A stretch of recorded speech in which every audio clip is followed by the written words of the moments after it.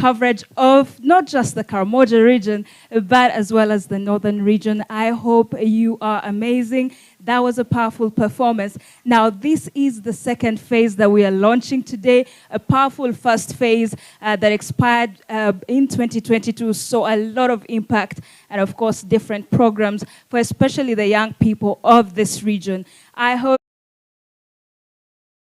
to follow the events as they continue to happen. We have the head of the Austrian Development Corporation with us here. We also have the Honorable Sir Minister for the Youth that has made the arrival. Now we can officially start. Ladies and gentlemen, before we start, may we all rise for the anthems.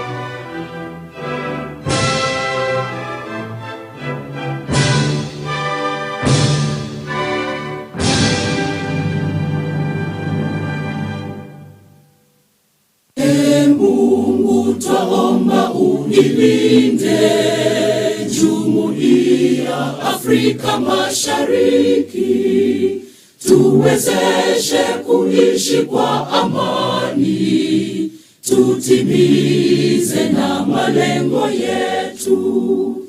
Jumuiya yetu sote tuilinde, tuajibike, tuimarike, umoja wetu ni nguzo yetu, idumu jumuiya yetu. Thank you so much, ladies and gentlemen. You can officially take your seats.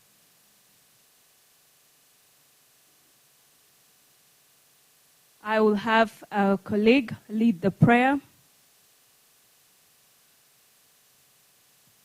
Hello, can we have a religious leader to lead us with a word of prayer?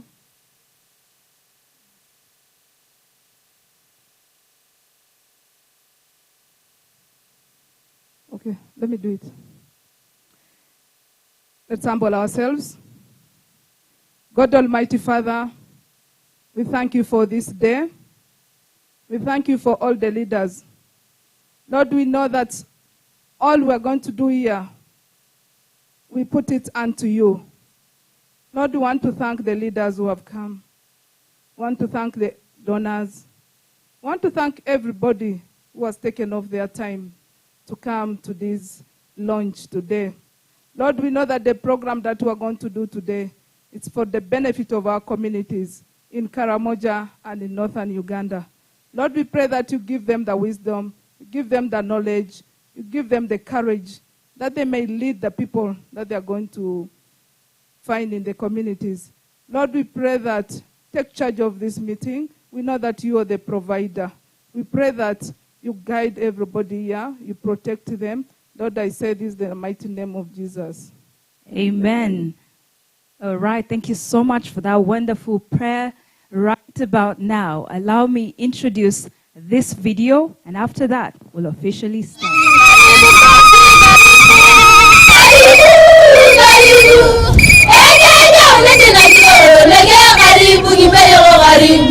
Culture and traditions are an integral part of any social norms, and these do have a contributing factor to the way of life of a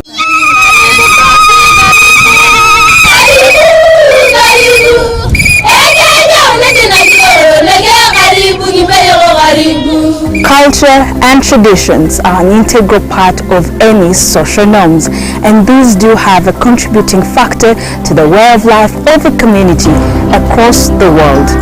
That is no different from Nakiloro, the place where I'm at. It is in Moroto, in Uganda, in the Karamoja sub-region.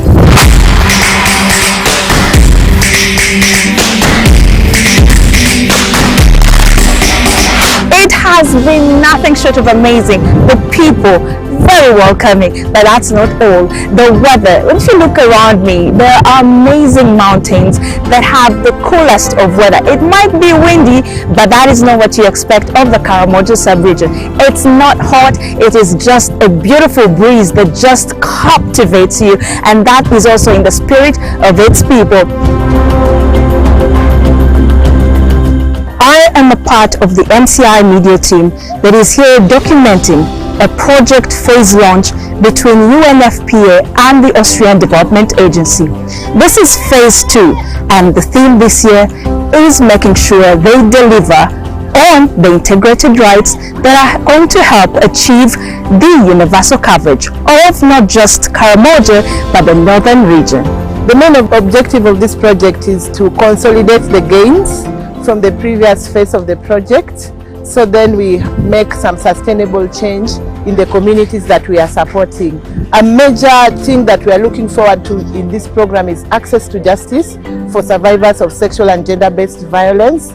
We realized from the last phase that when we implemented the SGBV special court sessions, we were able to really expedite the access to justice for survivors of sexual and gender-based violence. So we are looking forward really to scale up that in this project so that many survivors of sexual and gender-based violence are able to receive justice. And this particular project will make sure that all these social norms are encouraged, and those that do not work for the people perhaps are alleviated.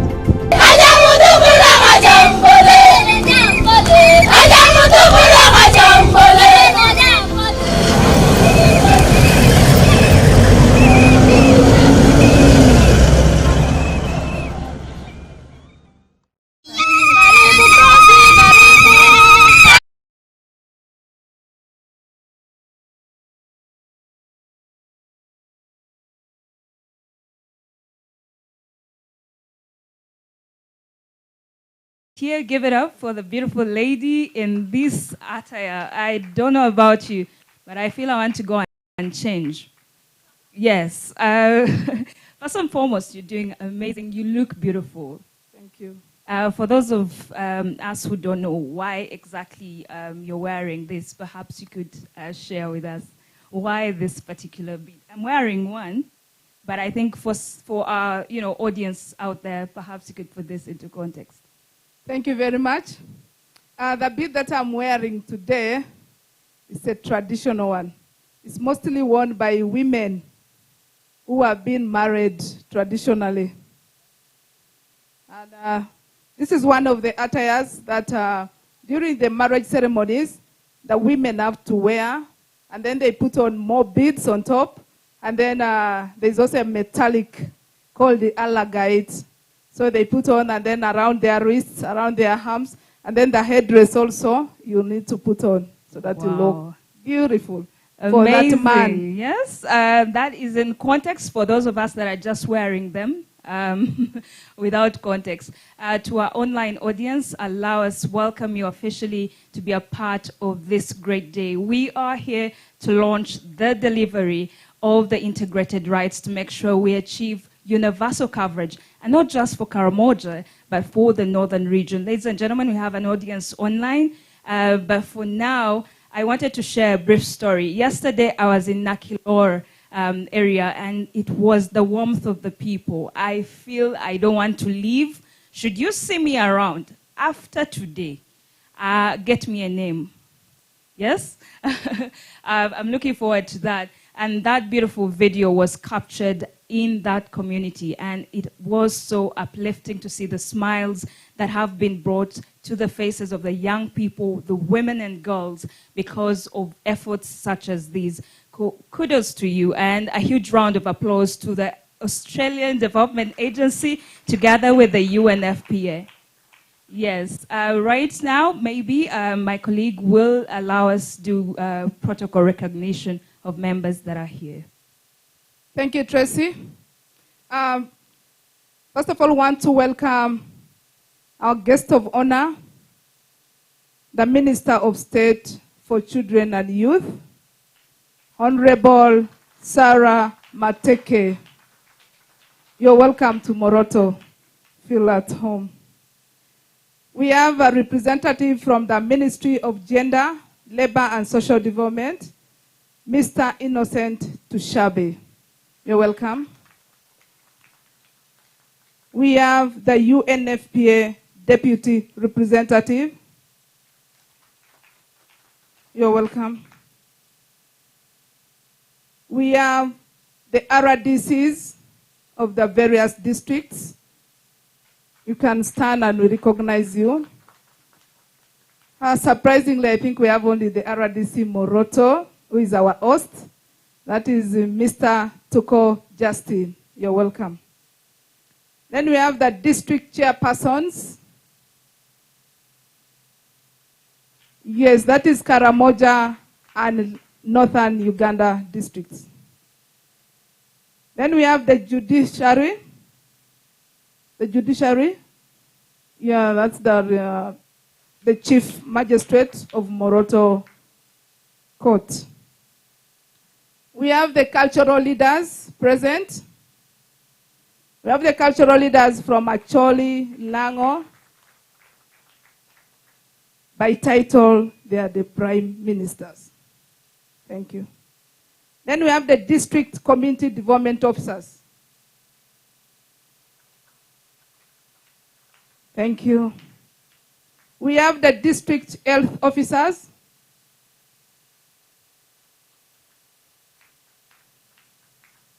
We have the regional police commanders.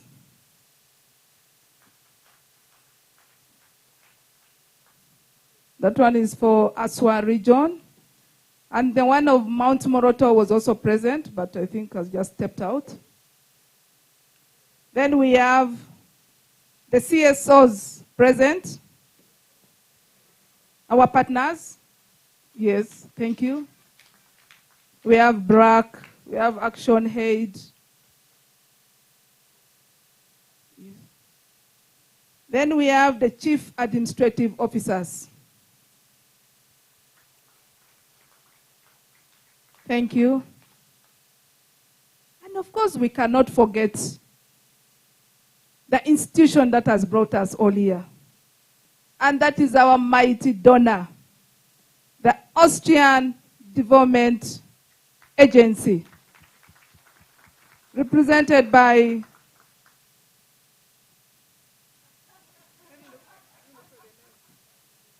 Dr. Kremsha. Have I mentioned well? Yes, you did well, correct. Oh, thank you. Thank you. That's Doctor. I want to welcome all of you to Moroto District. Feel at home. My names are Christine Akot. I am a born of Moroto District. Thank you.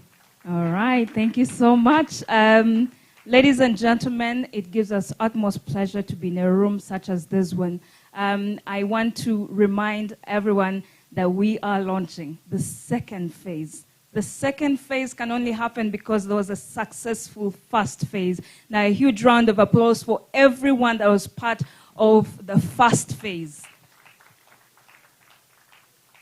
A lot has been achieved, and this particular project was rolled out, I was reliably told, 9 districts. We had 3 sub-regions of Karamoja, Lango, and Acholi. And between all those 3 sub-regions is a total of about 9 districts impacting young women, young girls, young people in this country. Now, if that doesn't tell you what a great project we're looking forward to in phase 2, I don't know what is. Perhaps right now, allow us to call the first speech.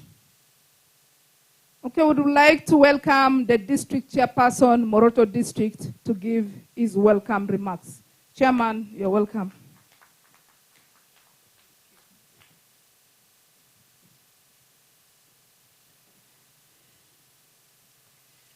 Our visitors, good morning. You are most welcome to Moroto District. Madam Minister, you are most welcome. Karamoja is proud to have you here today. Everybody here is proud to have you here today. It's a big pleasure. Feel free, feel at home. Our ministry for gender and your team, you are most welcome in all your protocols.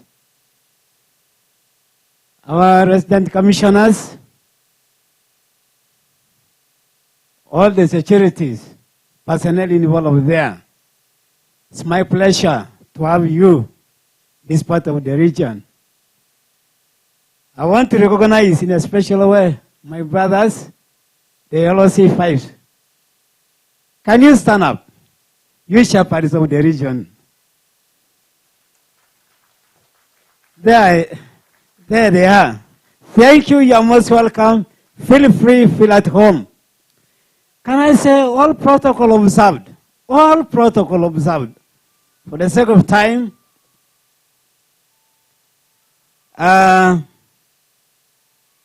Moroto, I won't say that it's as old as I am. The land of Uganda gave Moroto a district status in 1971. So most of you are younger than this mother district of Karamoja. This is a Karamoja district, and we are proud to have it. It is true, our partner, UNAPA, and Austrian government, that the gender-based violence in this region, in this part, it is real. It is real. And to whom is it impacting? It is impacting majorly to a woman. Majorly and greatly to a woman. How? In the form of early marriages. You know, they are deprived of a number of rights. Deprived. They don't own anything in terms of land. They are just there only for, sex work and other things. Not really considered. When you come into Karamoja, especially to Moroto, to those boys and the girls that were dancing called the Tepes, Amudat, the Pokot, the Kadama in Nakapriprit, there is a culture that promotes more of aggravated violence called female genital mutilation. Having gone that process, it qualifies you to be a woman at the age of 9, 10. My question here is, how shall we fight that vice, that cultural vice? It's my role, it's your role, as a church, as an organization, as a government, to fight the mindset of the desire for wealth. Because it is the desire for wealth that gives us our children for early marriages.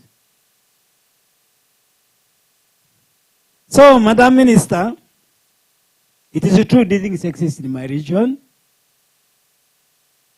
I want to say that I hope this integral approach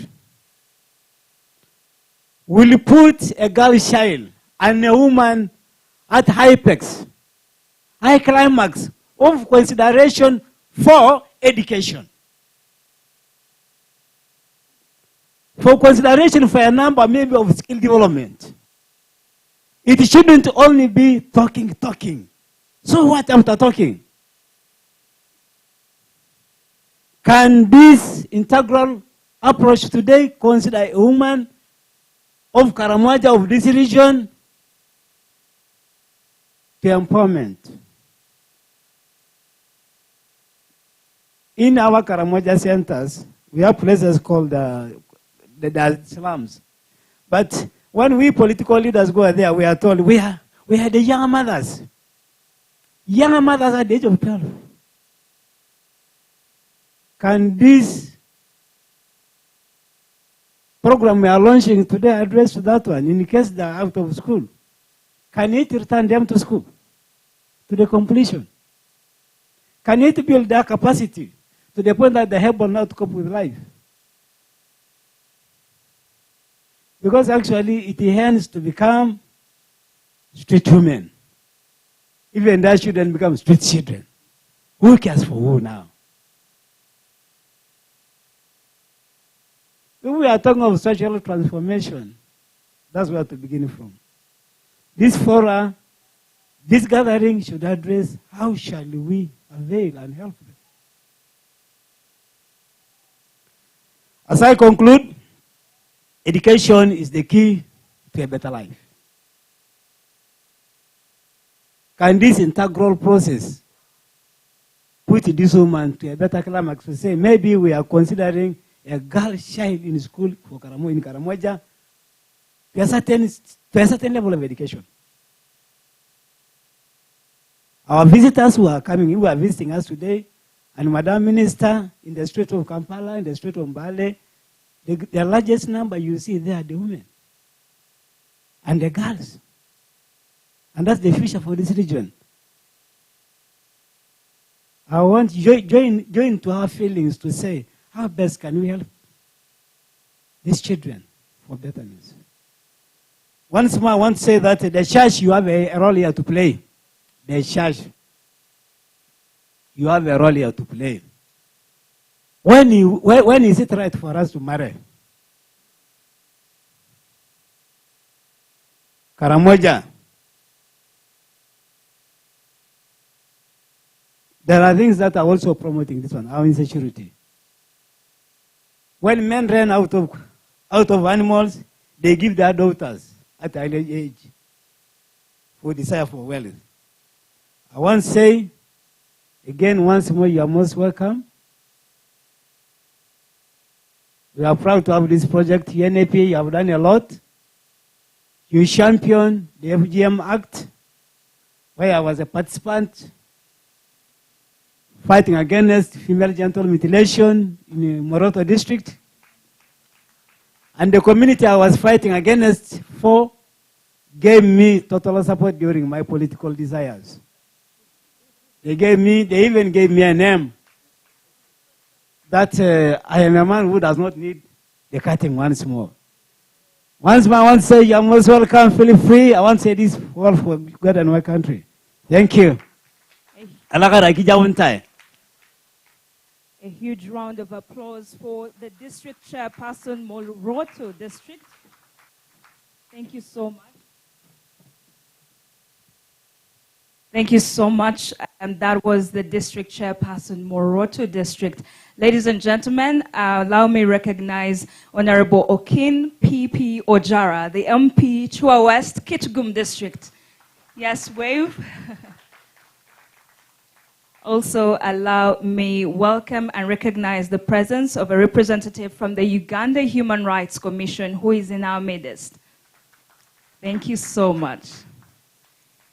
It is now a pleasure to invite a lady that needs no introduction. I have been with Rachel for a very long time and I've seen her do her magic. Community is her spirit. Ladies and gentlemen, to help us have a project overview is none other than Miss Rachel Ogola. Thank you so much. She will be taking us through the project overview. Thank you so much, Tracy. Honorable Minister, thank you for gracing the occasion. Our donors from Austria, we are really privileged to have you support this program and all protocols observed. Thank you all for really gracing this occasion and taking your time to come and be in the launch event with us. So as I've been introduced, my name is Rachel Ogola. I work with the UNFPA in Kampala as a program specialist, gender and human rights. I'm going to take you through the project brief. I'm going to talk about the project. You're not going to see presentation or something like that. And it's good that from the beginning, at least you saw something, you know, that this project is all about. So our project title is all over this this room. The project is titled Delivering an Integrated Package of Rights to Achieve Universal Coverage in Karamoja and Northern Uganda. So that's the project title. It's a phase 2 of the project. We had the phase 1 of the project from 2019 up to mid last year, 2022, when we closed with the evaluation of the first phase of the project. And then our generous donors agreed to fund a phase 2, a follow-up phase of the project. So that's what brings us here.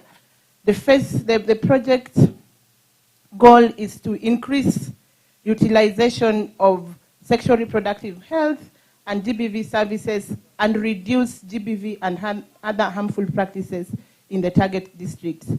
The LC5 for Moroto has mentioned to you that GBV is very high in these regions and how they manifest even in terms of child marriage and female genital mutilation. So the objective of the project is to ensure that women and young people, including the ones in the hard-to-reach communities and those most at risk, will be empowered to exercise their rights, free from gender-based violence and social norms, attitudes, and behaviors that limit sexual and reproductive health and rights. And when we talk about the hard-to-reach communities, you saw a video yesterday, we are in Tapet's community. We would really want this program to reach those who are in the very hard-to-reach areas. Most of our programs, as many people here are programmers know, they reach people within Moroto, walking distance. But this program, we are really aiming to reach those who are really in those, up in the mountains, in those places where there is no, internet connectivity, no electricity, and they are cut off from everything. So that's really what we are looking forward to reach with this program. The funding amount is 3 million euros, and the program is running for 2 years, this year 2023, and next year 2024. Then the project's main aim is to consolidate the gains that we made in the previous project. Remember, the previous project, we had some successes. I'll mention a few of them. And we realized that really for us to ensure that we get some sustainable gains, we need long-term investments. And so we are adding onto the investment for the first 2 years to get investment up to 4 years, so then we can have some sustainable change within the communities that we are working on.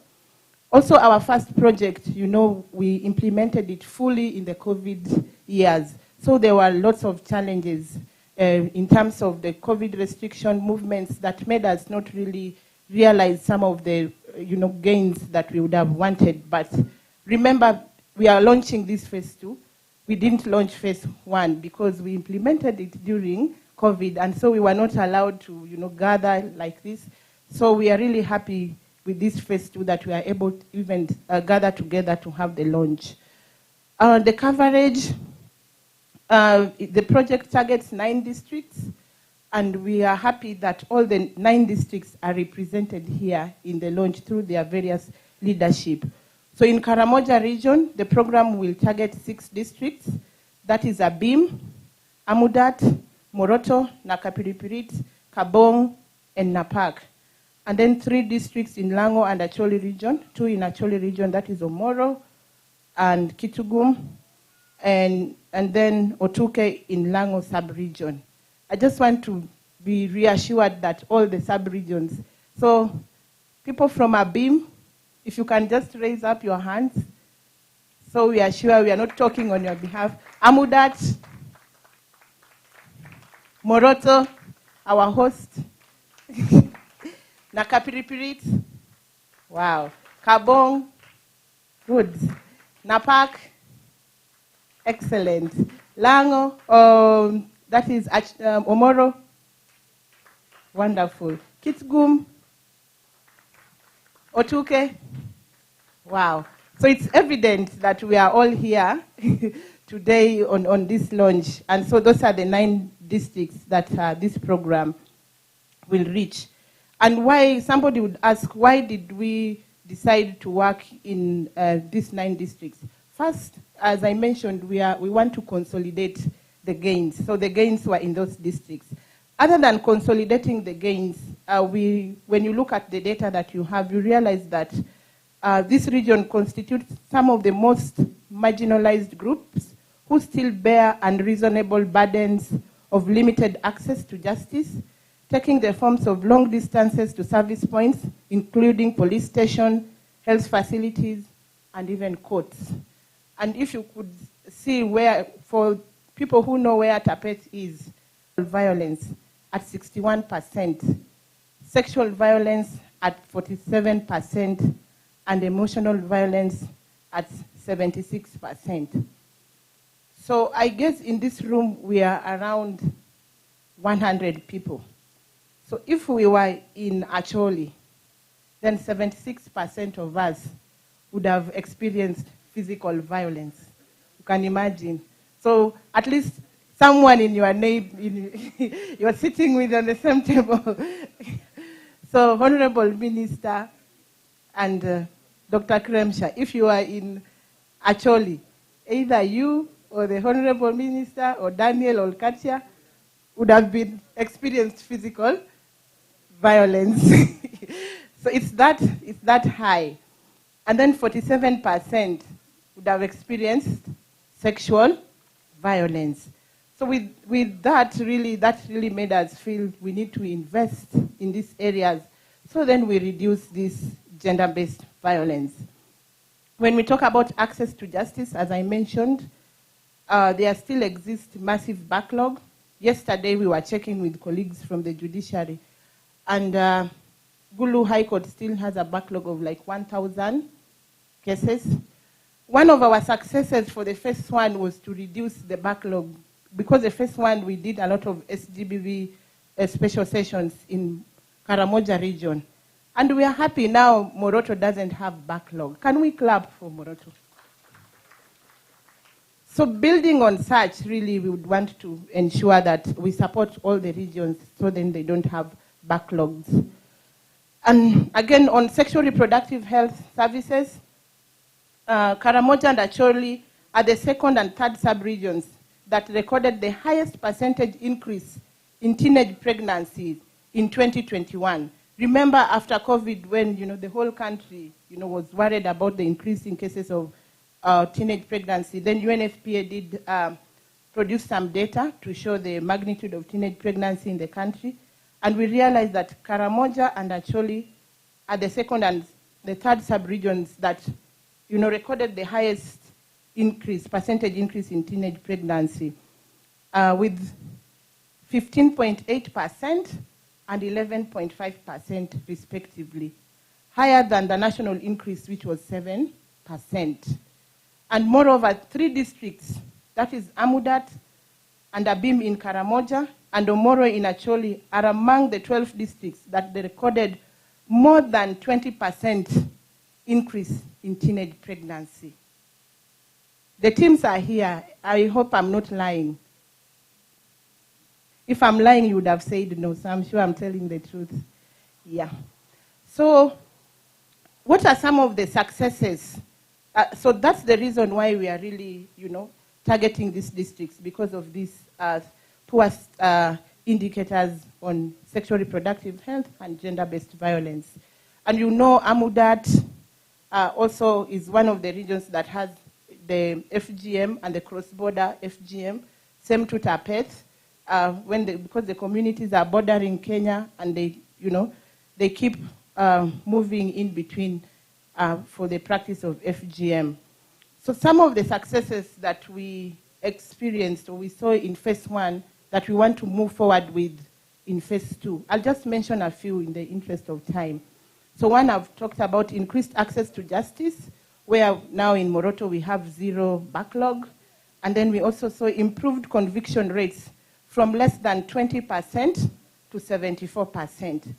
When we say that we have 0 backlog in Moroto, it doesn't mean we want to stop working in Moroto. We want to sustain the gain. We want to let it be at 0. So then that means we still need to have some investment. When we have moved the conviction rates from less than 20% to 74%, it doesn't mean we have to stop there. We want to move it to even 100% if it is possible. So So that's why we are saying we want to consolidate this gain and sustain the change.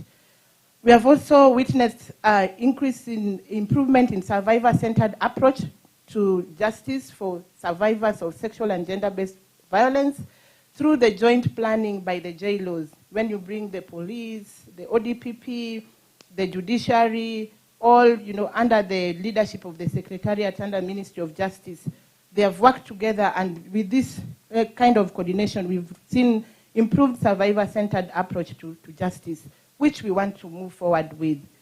Increased in access to family planning through community approaches like using the VHTs to distribute family planning in communities.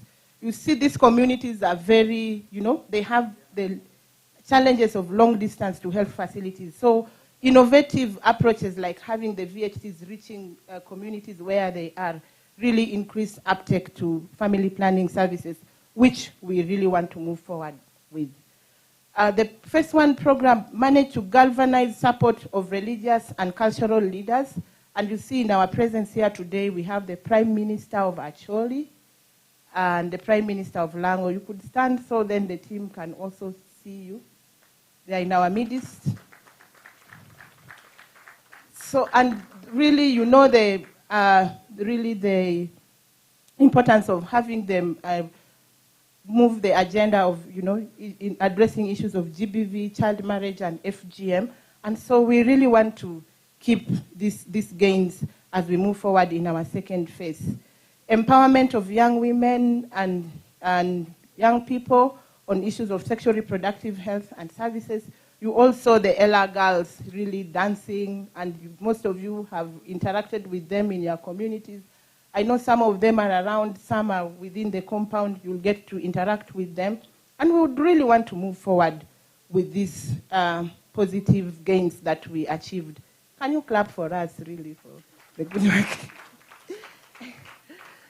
So I've talked so much about the gains of Phase 1. So what is it that is new? Someone would ask, what is it that is new in this Phase 2? What, you can see how new it is, very colorful, yeah? So the Phase 2 is very colorful, and we are looking forward to have a more focus on access to justice, including building capacities of survivors to report and strengthen the referral systems. One of the challenges we notice is most of the survivors are not able to report. Even if they are abused, they cannot report. So then that hinders their access to justice. So in this new phase, we want to really build capacity also of the survivors to be able to report so that we strengthen the referral system. Engagement of social movements for most at-risk population, for instance, network of persons living with disabilities. We invited the representative for persons living with disability in Moroto. I don't know whether they came, but we are really looking, that's something that we are really looking forward to. We don't want to leave anyone behind. You can imagine how difficult it would be for someone who's living with disability who is in this hard-to-reach area. It's more harder for them to access the services than it is even for people who are not persons without disabilities. We are looking forward to work with Uganda Human Rights Commission. In our previous program, we did not work closely with Uganda Human Rights Commission, but you realize that GBV is a human rights issue. So we want to bring on, we have brought on board, not we want to, Uganda Human Rights. And Uganda Human Rights is here with us in this new phase.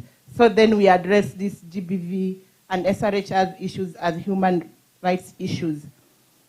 Another new thing that is coming is media engagement to increase awareness of GBV and SRH. And you saw from the beginning, yeah?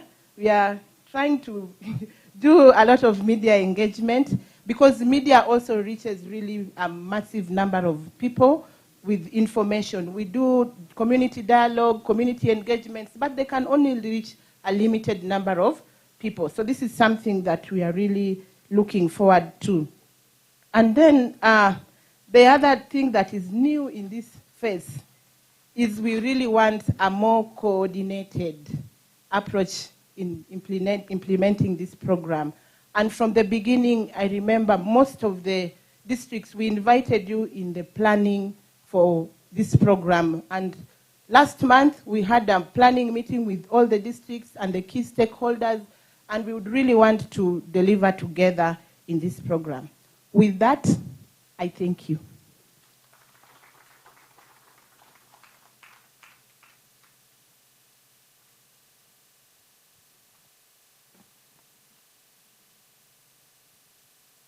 All right, a huge round of applause for Miss Rachel Ogola.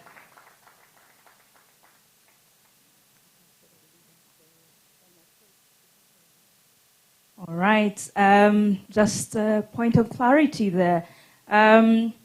Ladies and gentlemen, we will be going for a tea break much later in just a bit. Just to remind us all, we have a commitment board. Now, there's a lot that we're saying, but we also have to make sure we commit to actively doing this together. And so right outside there, as you move out for anything, please remember to, if you feel convicted to be a part of this fight, to sign and commit to being part of phase 2. Now, right about now, I want to welcome the cultural leader for Acholi sub-region. Ladies and gentlemen, a huge round of applause.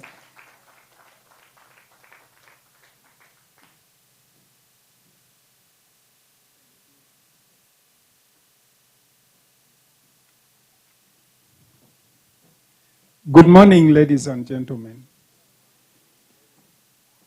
Rachel, your statistics put me in a very bad position. I don't know how to explain it, but I want to say that we still have very good men and women in Acholi. We are only worried that the women would fear us. But thank you, Honorable Minister, the team from the Austrian Embassy, UNFPA, the districts, the different institutions, ladies and gentlemen. On behalf of all the cultural institutions that are represented in this region, I want to say that we are very happy that today we are witnessing a new phase that is intended to build on what we've been doing before. So we want to thank our partners very dearly. More importantly, the Austrian government through the Austrian Development Corporation, UNFPA, and more importantly, our mother ministry, who without them would have not made this possible. So the Ministry of Gender, we thank you too. In line with that, when commitments like this in terms of resources and capacities are made, it must be replicated. And all of us who are here are there to replicate the gesture that our partners have made, recognizing that we have a problem and that this problem retards our growth and development. I think today we should all reaffirm ourselves to this commitment and ensure that our efforts to improve the lives of our people is realized. I wish I had the time. I was speaking to the regional police commander of Aswa region. She expressed that just in a span of 1 week in Acholi, the highest level of GBV was witnessed with 10 deaths, people murdering each other, killing each other out of gender-based violence. This is worrying. 10, less than a week ago. She's here. she can bear you witness to this. And this goes to emphasize the critical fact that we have to take action.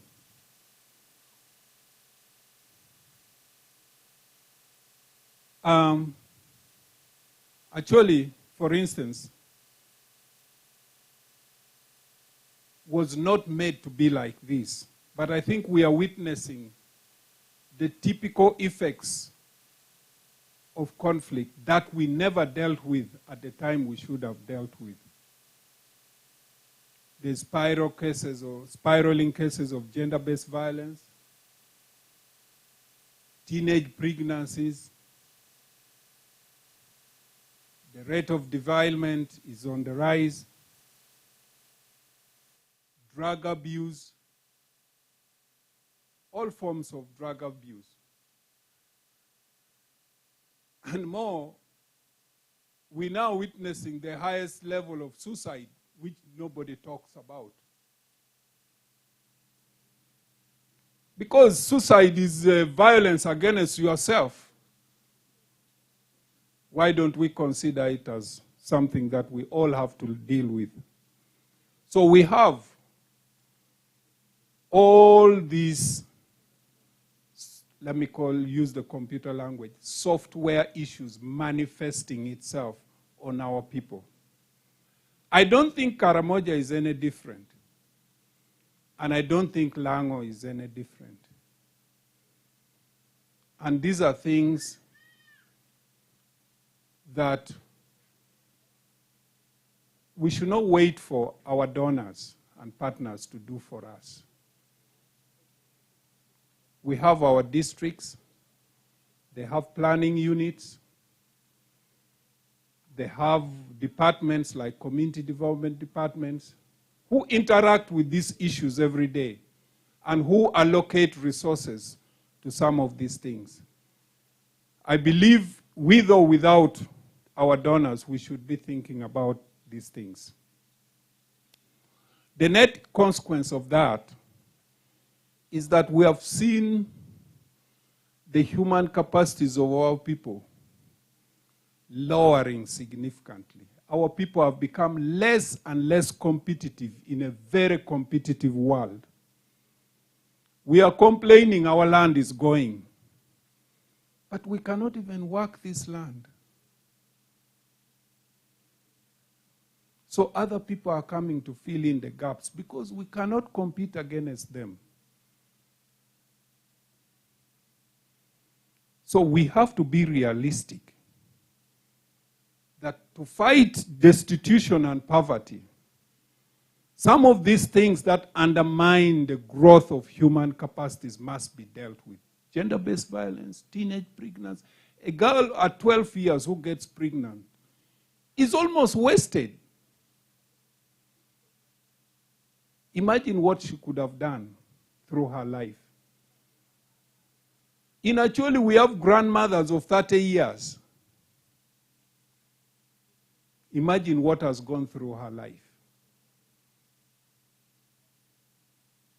So these are serious consequences. Now, as a cultural institution, you will ask, what have we been doing? I'm aware all the cultural institutions in these regions, Karamoja, Lango, and Acholi, have been doing a lot of work. They are only incapacitated. And a project like this comes to reinforce a lot of what they have been doing. They've been fighting extensively to end teenage pregnancies, to keep women in school, girls and children in schools. Most recently, we partnered with MTN Uganda to promote promote action against teenage pregnancy. We held a football tournament. We have just concluded it for both boys and girls. And this football tournament was not for the urban centers. It was for the rural centers. It was phenomenal. We had bicycle race for both women and boys, all with the aim of promoting the fight against gender-based violence, against teenage pregnancy, and all the other ills. And thank you. We are happy that it scored a lot of results, and we hope that we are going to continue in line with that. I want to end here by saying, as all the cultural institutions,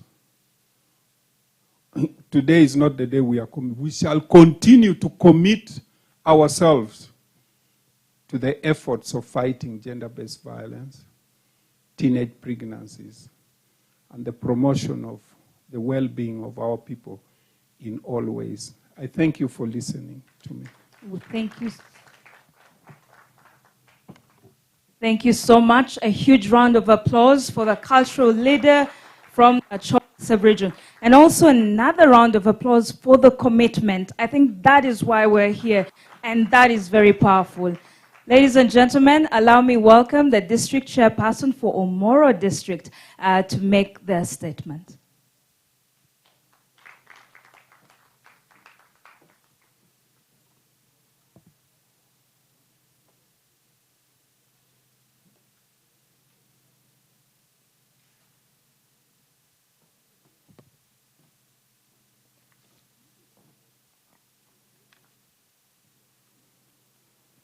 The Honorable Minister of Youth and Children's Affairs of this great country, Uganda,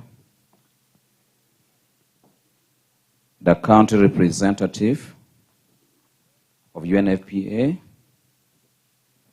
our donor here present, officials from the ministry, department, and agencies, political leaders, and the technical team of the various districts here present, media, print, and electronics, ladies and gentlemen.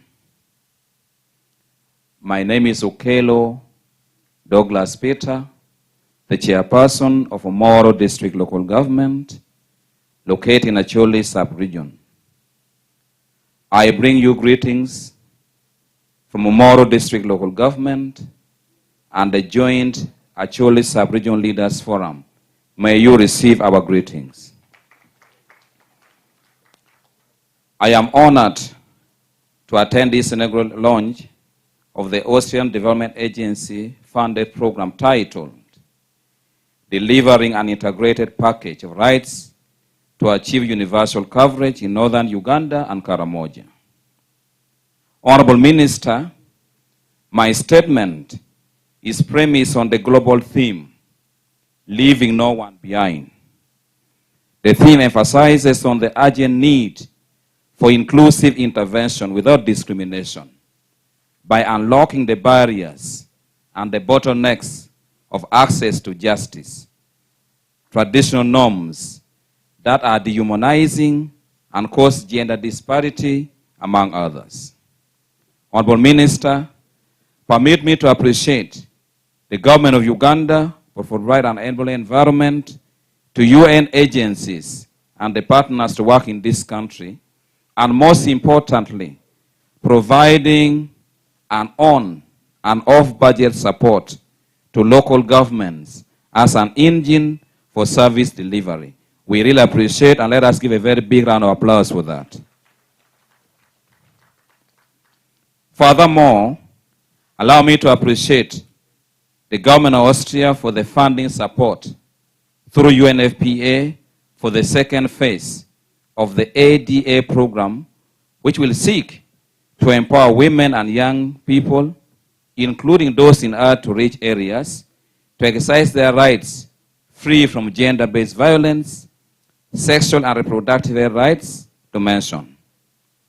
Omoro District, and the most significant part of the Acholi sub-region where I come from, present the high incidences of gender-based violence, weak systems on gender-based violence response and management, and significant barriers to access to justice that's promoting impunity and destroying the positive fabrics of our society. We all know that gender-based violence and other harmful practices have adverse effects on sexual and reproductive health of women, girls, as well as men. Our chief guest, the second phase of the ADA program comes timely to address the sexual reproductive health rights, gender-based violence, and access to justice challenges across the targeted districts of the program, including Omoro. And I believe from this intervention, from what has been mentioned, as Omoro district, I believe we shall have role model men and women. I also believe we shall have role model families. I also believe that we're going to strengthen the referral pathways to access justice to all without discrimination. My Prime Minister mentioned Acholi sub-region, teenage pregnancy is very high. The girl is young, a very young boy, producing a young child. There are 3 young people in one household. And if they need syrup, they all need it at the same time. And if they are crying, they cry at the same time. This needs to be addressed and addressed collectively.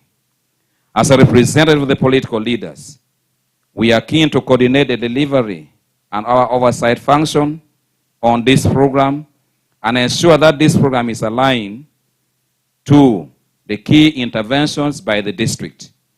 Honorable ministers, ladies and gentlemen, we fully commit to work with UNFPA and all the partners in delivering this good second phase of the intervention to the selected district. May the Almighty God bless you. Thank you very much. Thank you so much. A round of applause for the district chairperson, Omoro District. Without wasting any more of your time, ladies and gentlemen, allow me welcome the police commander for Aswa region. A huge round of applause as she makes her way to the stage. It's a wonderful time to be a woman. I look at her and all I see is empowerment. A huge round of applause as she makes her way to the stage.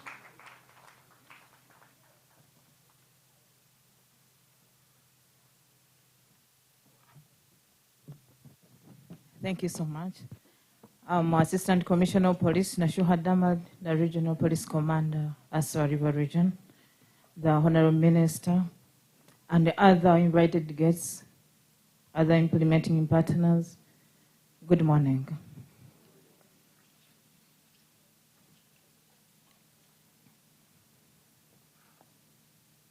I was having an interaction with some of the participants and was saying it's the first time seeing a woman RPC. I think I should congratulate myself as well to be among other few. Previously, last year we were only 3 women RPCs. 1 has been removed and we are remaining only 2 out of 28. So it's a great honor to be among the 2 that are serving the Uganda Police as Regional Police Commander. I would like to congratulate UNFPA and the implementing partners for winning the second phase of the Austrian Development Agency. Gender-based violence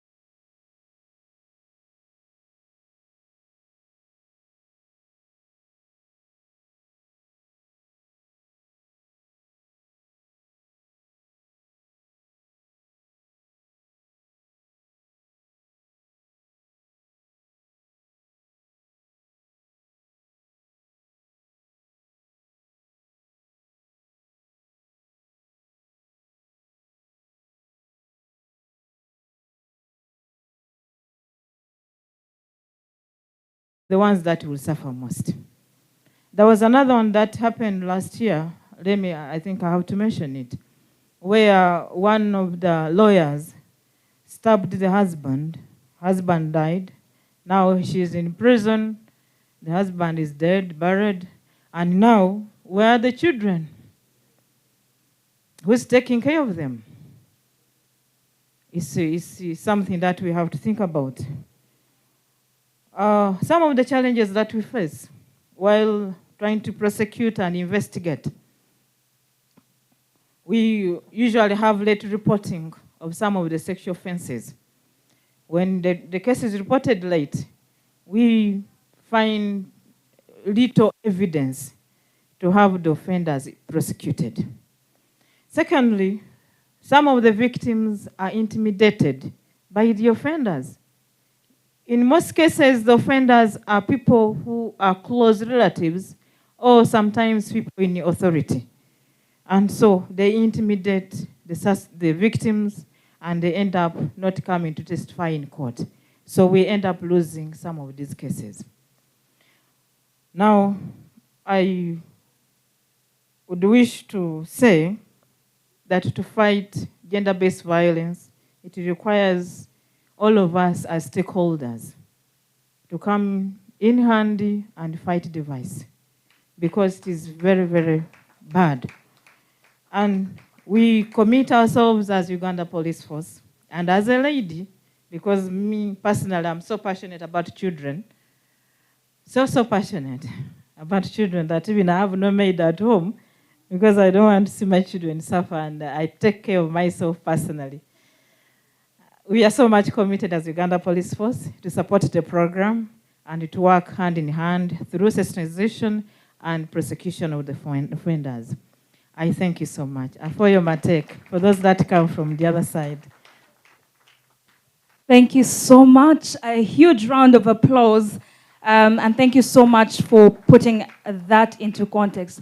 Ladies and gentlemen, we have our online audiences, and feel free, if you are in this room and you have a smartphone, to commit even online. Let's make sure these conversations are beyond the borders that are here. So get your phone, tweet about it, Facebook, use WhatsApp status, make sure you commit. Let's create more awareness about making sure we end some of the most harmful practices, as well as sexual and gender-based violence. You can do that. To our online audience, thank you so much for keeping it here with us. You can also follow the conversation on the UNFPA pages, and that is Facebook as well as YouTube. We are there, and everyone is taking part in this conversation, so it's not stopping here. The rest of the world is in part of this conversation. Right about now, allow me welcome, we're still with the JLOS community, and it gives me the utmost pleasure to invite the resident judge for the Moroto High Court. Ladies and gentlemen, a huge round of applause as he makes his way to the stage.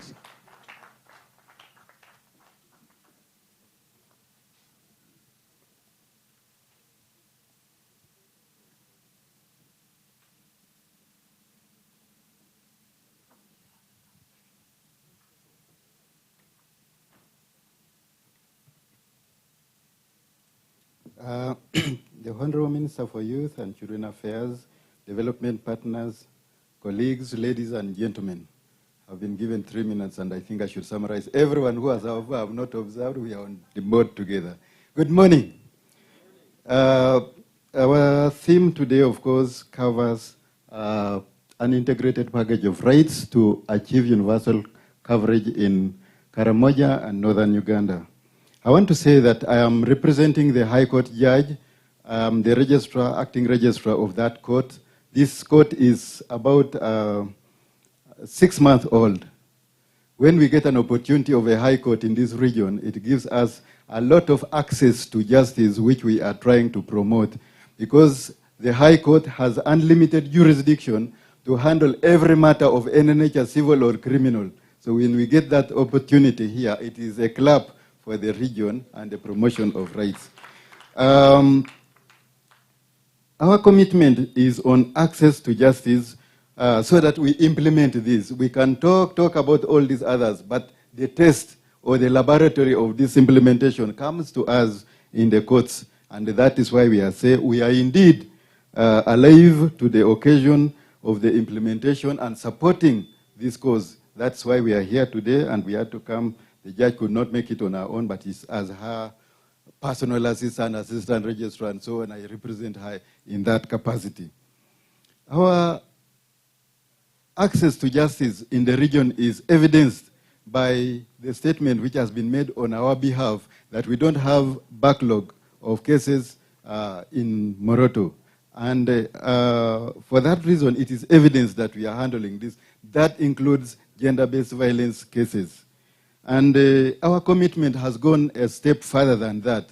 You will remember that in all our 9 districts, for example, in Karamoja, some of the areas have not seen a magistrate.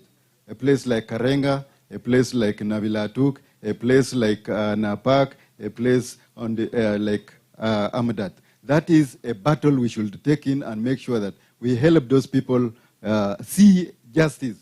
When we leave justice or implementation of justice in the elders, our elders in the region to handle that, the LCs, the police, on-spot fines, and the mediating on matters, I don't think the avenue of justice gets an opportunity to appeal against the decision of those avenues. So I'm saying that when we get an opportunity like this one, let us promote access to justice to its fullest. We have, not that we have done nothing about it. Yesterday, we were, or this week, we had an opportunity to launch the opening of a court in Napak. Soon we shall be opening a court in Navilatuk. Navilatuk was in the press for not seeing a judge or a magistrate for the last 50 years. What does it mean? Unreported cases there does not mean that there is no gender-based violence. Maybe they have done it on their own. I want to give you a case study. When we went to Navilatuk, for example, there was a defilement case there.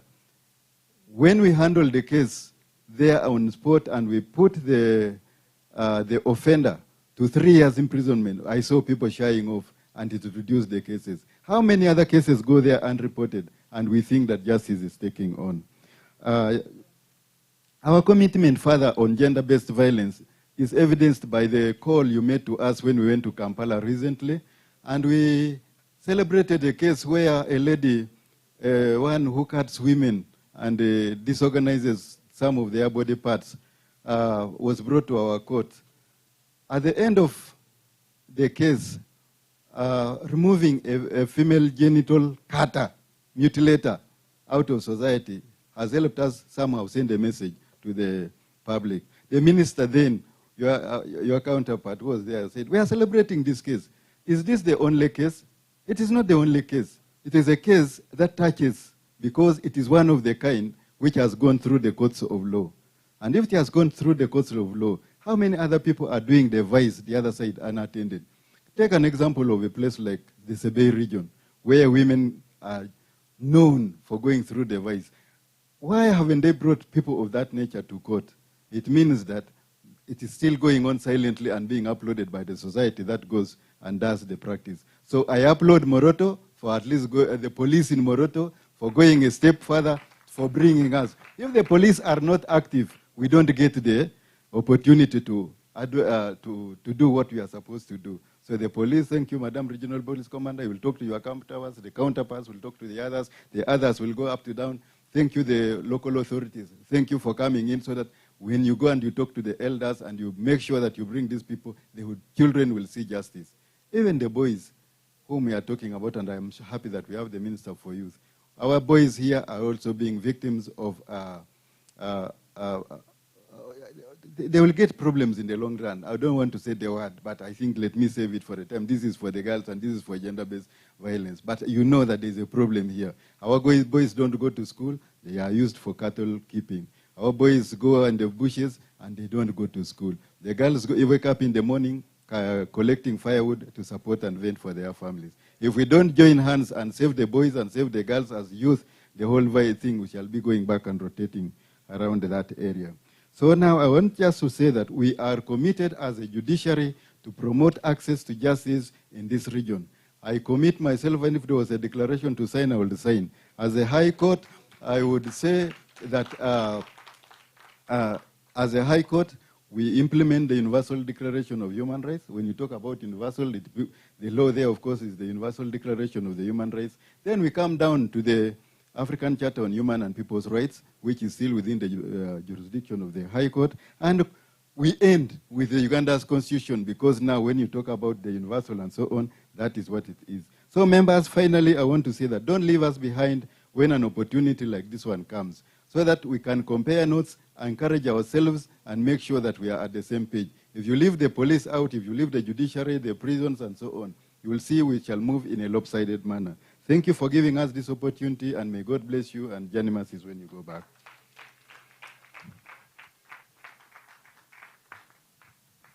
Thank you very much, the representative of the resident judge of the Moroto High Court. For the benefit of our beneficiaries, I want to do some small translation. Yale mamete nge pupeta nga mudigu yerge khori mare. Iyakabea. Elalaka. Kike adi mono nga kanu mune ngol kidi kotere bo isti arbe dalalan. Wenye hapana sikia Kiingereza mzuri. Wako hapa? Okay, I think it's only the Karamoja. So kona kwaranaga yaka wanege kotera program na ikingara kini wondada. Ingara kini ngaberu, ingara kini ngapeduru. Anera yente danie ponionege mati wande pupio ngadikiro. Kotera ni bongori olore to yeni yongo atudo kini nguni cheda. Atamara yer katete na program na yoko nege. So nguna kone pontere wanege ra kotere ya program na ibakinta kotere ngiyoko rerea alore kamaga. Era no kotere nga peduru. Yente de benga peduru na lalak. Apudo no dinga peduru na lalak. Tanar ka nga peduru no nge chamito de borengini. Ale manar nga peduru alodukul. Nga beru dai dicho alore. Inki loko to kona aratrata dinga beru na lalak. Ni de kebia lalata. So wana ngede buntur kona program naga kotere kinga raki wondada. Muna na ide ka erura akimata na UNFPA nege. Yente de tia on ka UNFPA. Bere ama kilote de ngolunte de nga iti shata. Lui na pito edlugu igirta ibrak igirta UNFPA igirta kawo igirta RC. Keche ponto angaraki non anera talo jokotau nyepedorote aponare akitietich. Itorunte kech kotere gulu itiete tichurungolo. Una kona balango ekeu atamar. Toko na moroto. Ayaun kone koti moroto. Ni kon na kolong na buna yon na pay ay wache e mamta ni pedorio atana ayo na kuan. Ni tunga ka mai lili ni to kotere ngakiro. Nge chamto tunga rapona lokot. So nget ke bala kapolon. Toko na ngarre koti alo moroto anege. Apataner na iwon na bo. Kolo alo de non paka sorot. Ani yente di borner boko ya doka kina bad rangi de linga pe isti yao. So toko na atubi mo ngona. Ngila kare di kotera ngona. Ana ina bo ngitunga lwe rata oda. Angar toko na ni pedodo akreta kini boreni kondeni. Kera adung apedur areta kini boreni ni. Ani ara yong ini anyune be chamta kona kitupudor kona dio pede alore kama. Ipedodo ya motun lo polido ali mokni polido ata maria dia yanga peduna chamta kitupudor ngama ore yang peduna chamta ya ko ngai agnelar wado keche bore. So anabo ya tukot na VHTs ikingara kinto ne tishnera no way to kana wan ngaber kolong edo wan ngangi do lualalak na ruko na yong edwe itunya kintani era no way tema yo nyoberen e chamtungane na kirikan ngabi dada na ko kya. So yanyi to na yongo lo daktari ani lo don lo daktari etamariwa ani kirka kyo akidoun tamara yonga ibak mono beren mono otere kiretak akidoun na bache otere ngedo lu topolo ute jok ngede kana kinot ko tere ngetwa kana bo atipe kana ina bo aya una na program naga aya unu itunga luke kelebia kingara kinto woni Ato kanelo dion lo kelebia, idora ngakrona bokoi to jongotara tratanga pedur, to jongoteji ala kalia, kiboyete jok. So nget kona bokoi tola karate ko tereng tungangulu. Kana ina bona ngarana kene ngaber. To kana ed ngaber alore ka ma itiete de biashara lalalan. Ala kara no way. That was briefly in the local language of Karamoja. You need to teach me, yeah? Yes. Yes, I am ready. Who wants to come for classes? I am going. Yes, I have classes. Classmates, huh? All right. But so you know, for you to learn the language easily, yes. you need to get someone who is closer to you. Okay. Not so. This table alone needs people closer. Yeah, but we're many, so Okay. we'll start. Yes. But I think in the interest of time. we can do the lessons after. And she's here to make sure we all learn some Karamojong before we leave. But right now, it gives us the utmost pleasure to invite the UNFPA country representative to give us a word or two. Thank you.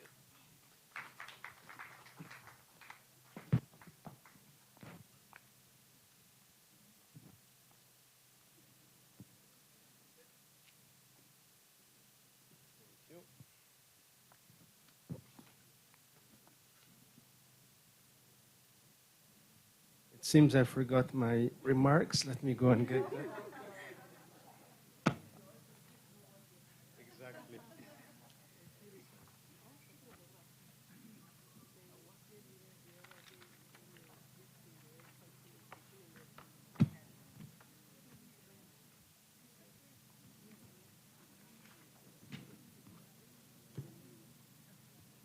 So a pleasant morning.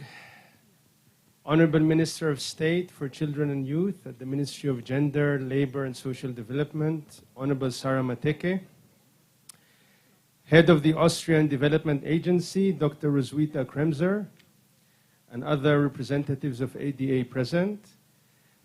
Honorable Members of Parliament, judicial officers, and the Chief Magistrate of Moroto, thank you for joining us. Police commanders here present. District chairpersons, chief administrative officers, and RDCs. We're really honored to have you all here, and I'm really delighted to welcome all 9 districts to this official launch. Thank you very much for joining us from near and afar.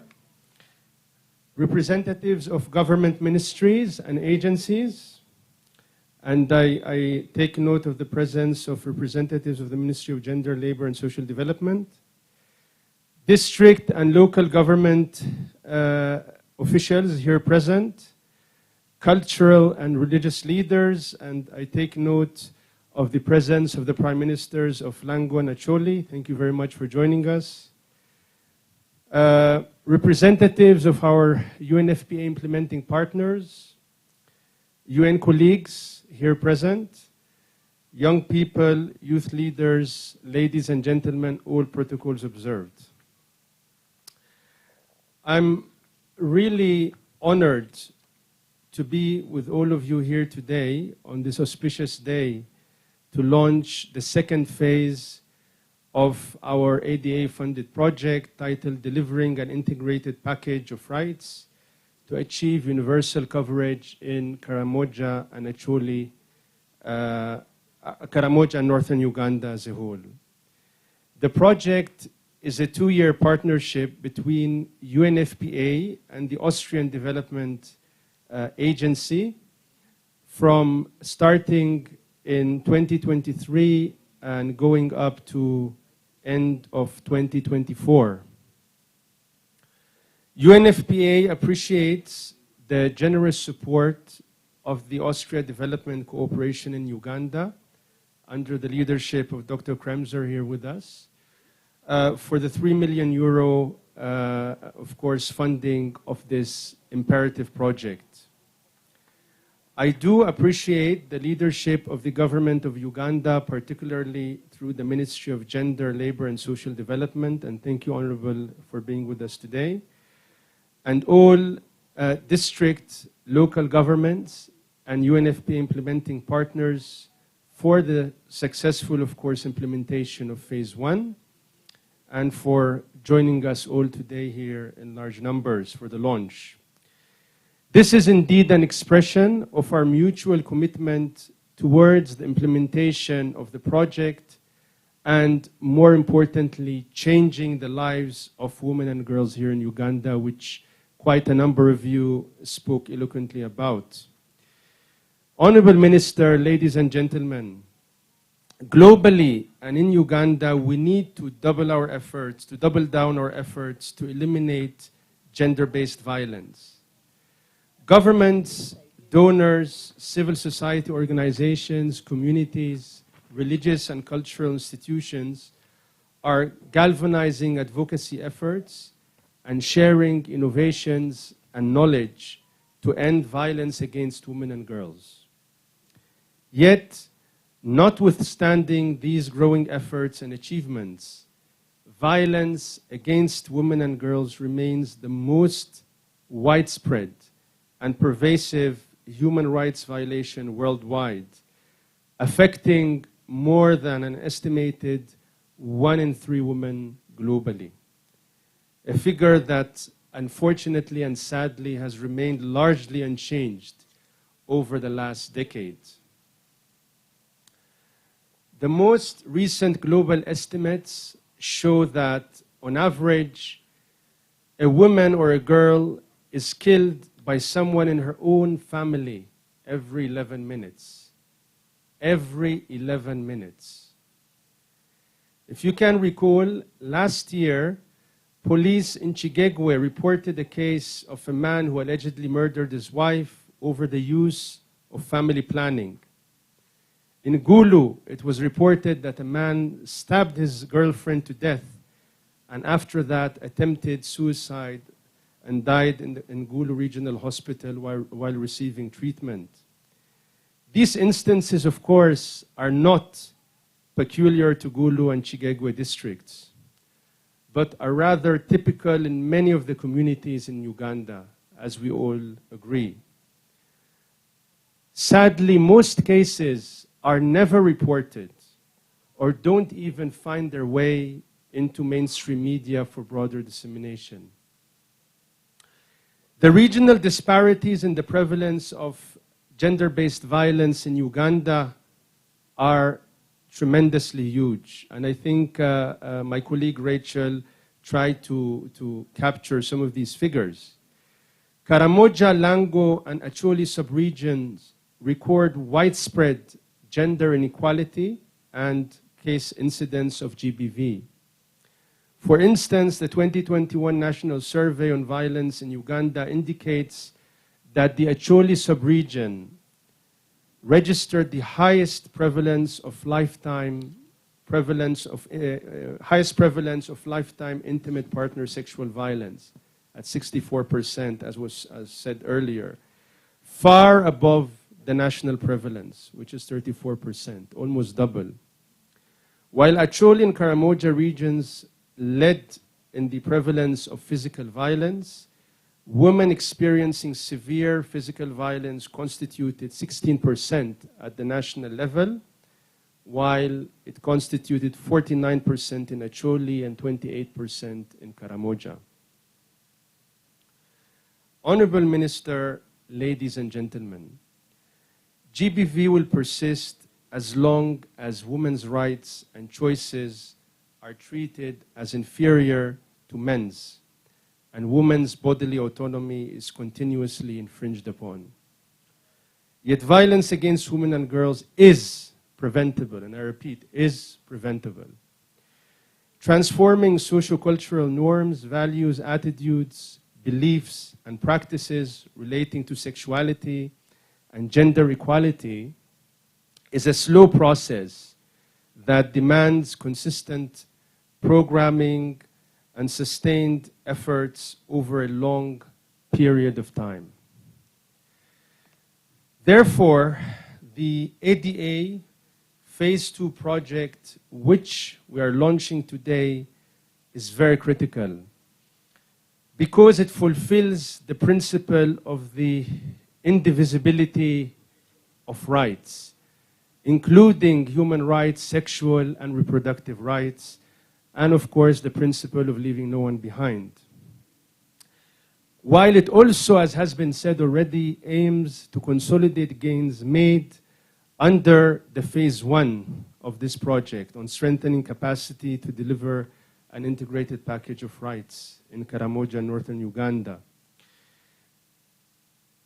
Just to highlight some of the key results that we achieved under the phase 1, because I think it's important also that we take note, and I know that my colleague Rachel spoke to that a bit. But really, it's important to highlight that the SGBV special sessions recorded an increase in conviction rates for SGBV cases from less than 20% to 74%. We have also witnessed an improved victim-centered approach, strengthening quality of handling of SGBV cases, as well as improved coordination between JLO's actors through joint training workshops and cause listing.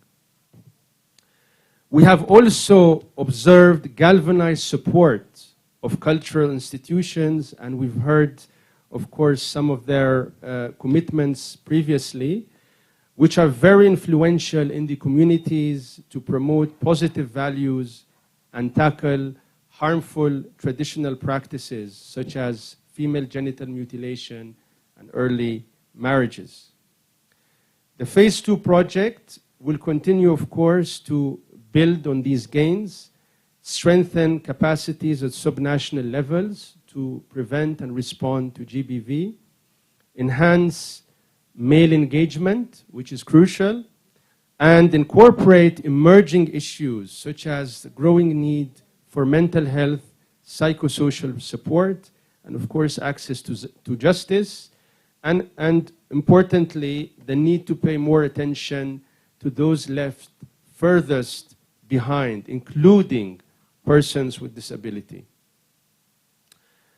I am optimistic that the commitments stakeholders will make today will catalyze actions towards the realization of the rights of women and young people, empower them to exercise their rights, and ensure ultimately they will be free from gender-based violence and negative social norms, attitudes, and behaviors that limit sexual and reproductive health and rights. In closing, Honorable Minister, ladies and gentlemen, as we edge closer to the 2030 deadline to realize the Sustainable Development Goals, which, to remind you all, include the target to eliminate all forms of GBV and harmful practices, we must not let this generation down. We call on all our partners and allies to commit to the required necessary collective action for progress. GBV can no longer be justified in our communities. It is a crime and violation of human rights. Change is possible, and it is happening. And so today, let us join hands together to achieve universal coverage in Karamoja, northern Uganda. Thank you very much. Alakara.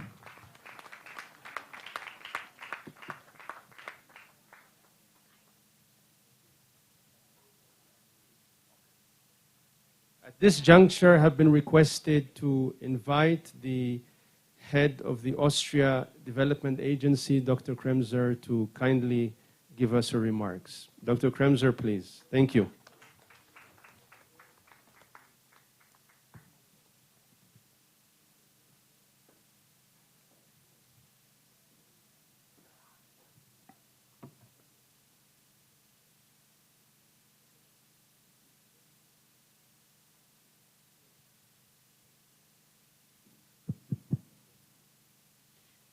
Good afternoon, ladies and gentlemen participants. The Honorable Minister of State for Children and Youth, Honorable Sarah Mateke Nyirabashiti,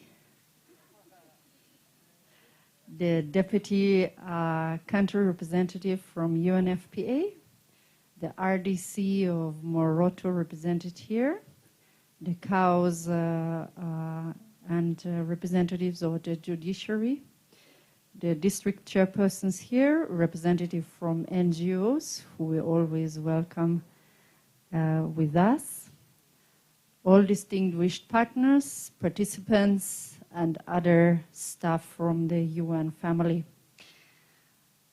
It's a pleasure and honor for me to make remarks today during this launch of our project with the UNFPA on delivering an integrated package of rights to achieve universal coverage in Karamoja and northern Uganda.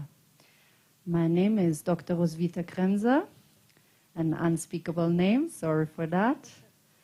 I have the honor and pleasure to represent my own country, that's the Republic of Austria in Uganda, and I'm also the head of the Austrian Embassy Development Cooperation Office in Kampala.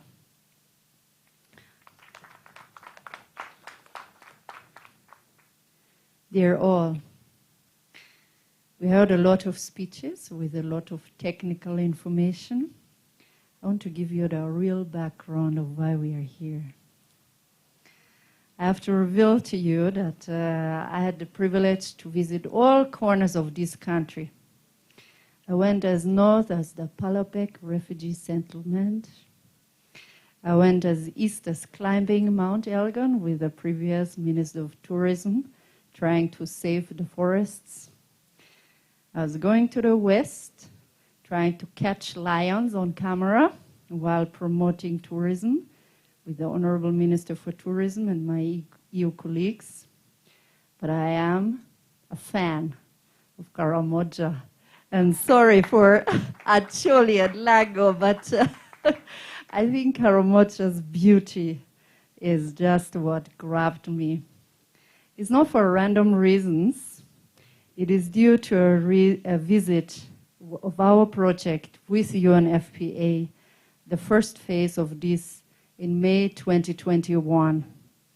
I visited Amudat and Nakapiri Pit, and I was able to discover what they called an ELA club. So that is empowerment and livelihood for adolescents. And that's why we're very happy that we have Honorable Minister with us. So there, I wasn't just talking to these beneficiaries. We had more fun. I was dancing with them. That was the girls. And I was received with such a welcoming, warm smile and embracements that I just had to fall immediately for Karamoja. I was yours.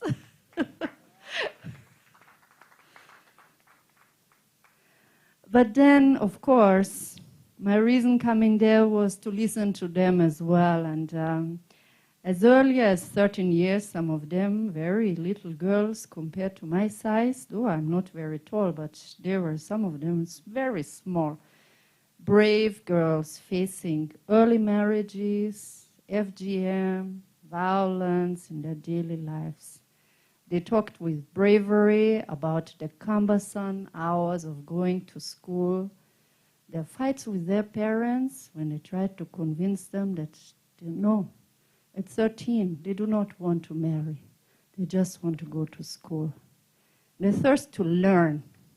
I went to this LEA club, and I learned with them. I saw the pictures and paintings they had on their walls, and very graphic, trying to understand life, trying to understand what is happening with them at their age at 13, and trying to stand the tides of time and also trying to learn to say no sometimes.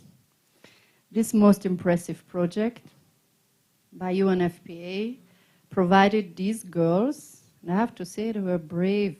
Their bravery was so admiring. They had to receive education, actually, something very basic. They received family planning information, also financial literacy. We were talking about economic empowerment, and they received information on FGM. Honorable Minister, so the real reason why we're here today is because these girls convinced me that we have to do more. And I'm happy that because of this unique visit that I did, and I was bought, I got one bracelet. So this bracelet, I got it, and I just felt so warmly welcome that we just had to convince our colleagues in Vienna. That's my capital. We had to convince them that we cannot stop. We have to continue this. We have to expand. And I think this is the reason why we are able to be here today and celebrate the launch of this second phase, that is the bigger phase.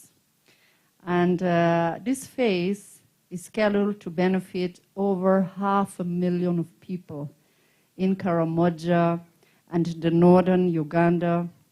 And as Austria, we heard it, we will invest 3 million euros, and UNFPA will also bring a counterpart financing between now and end of next year. So this is the first real reason why we have to do that project. Then there's a second reason that now really swiped me off the ground and convinced me to convince the colleagues in Vienna why we need to join hands again. And that was, and I'm very happy to see Prime Minister here, also Chair of Omoro, because that was my mission to Gulu and Omoro last year. I can reveal I was sitting with Prime Minister under a tree, talking to some of his community, and also visited the Health Center 3, or together with Chair and RDC. And wherever I went within this project, I can say that we found strong partners that have convinced us that we have to continue. We have to continue to work with them, to do good. And there is one person in particular that also met in Gulu, and this is during my discussions with JLOS actors. So JLOS is Uganda's justice, law and order sector. Now they have changed name, and they call themselves now Access to Justice Sub-Program. But their motto is the motto that is captivating. Their motto is not access to justice. The motto is not access to justice for few, or for the rich, or those in Kampala. No, their motto is access to justice for all, everybody, all. And I met with one of the judiciary in Gulu, and this really impressed me.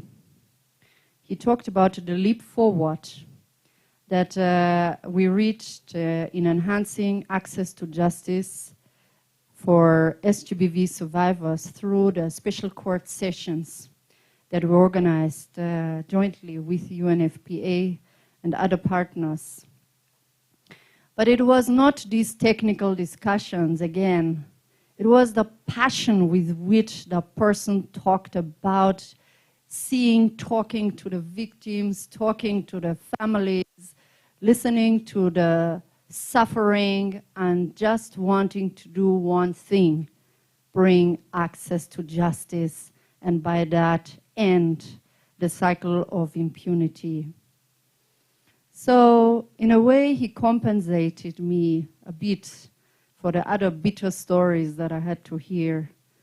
And I was told that the special court sessions were able to dispose of 950 cases, while the colleagues from the media, and I think we didn't greet them enough, the colleagues from the media were able to reach more than 1 million people with messages on including how to end violence and how to access justice.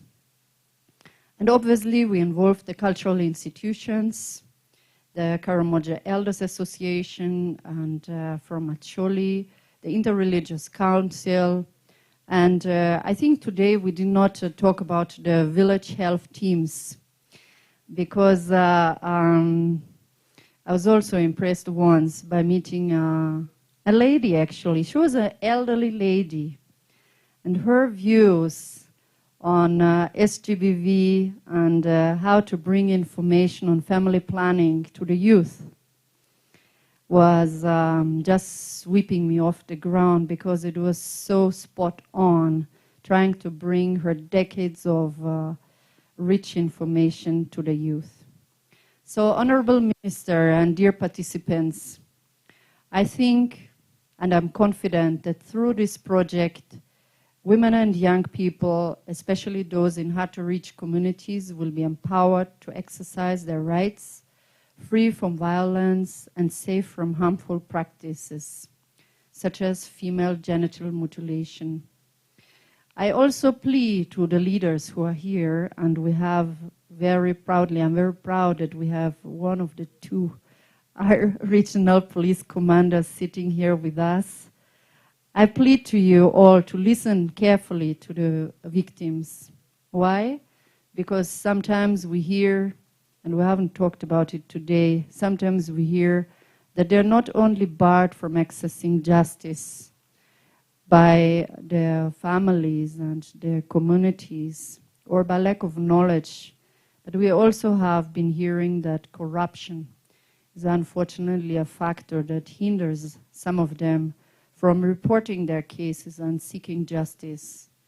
So I plead to the leaders here present to listen carefully to those victims and try not to find out not only what they tell you, but also find out what they do not tell you.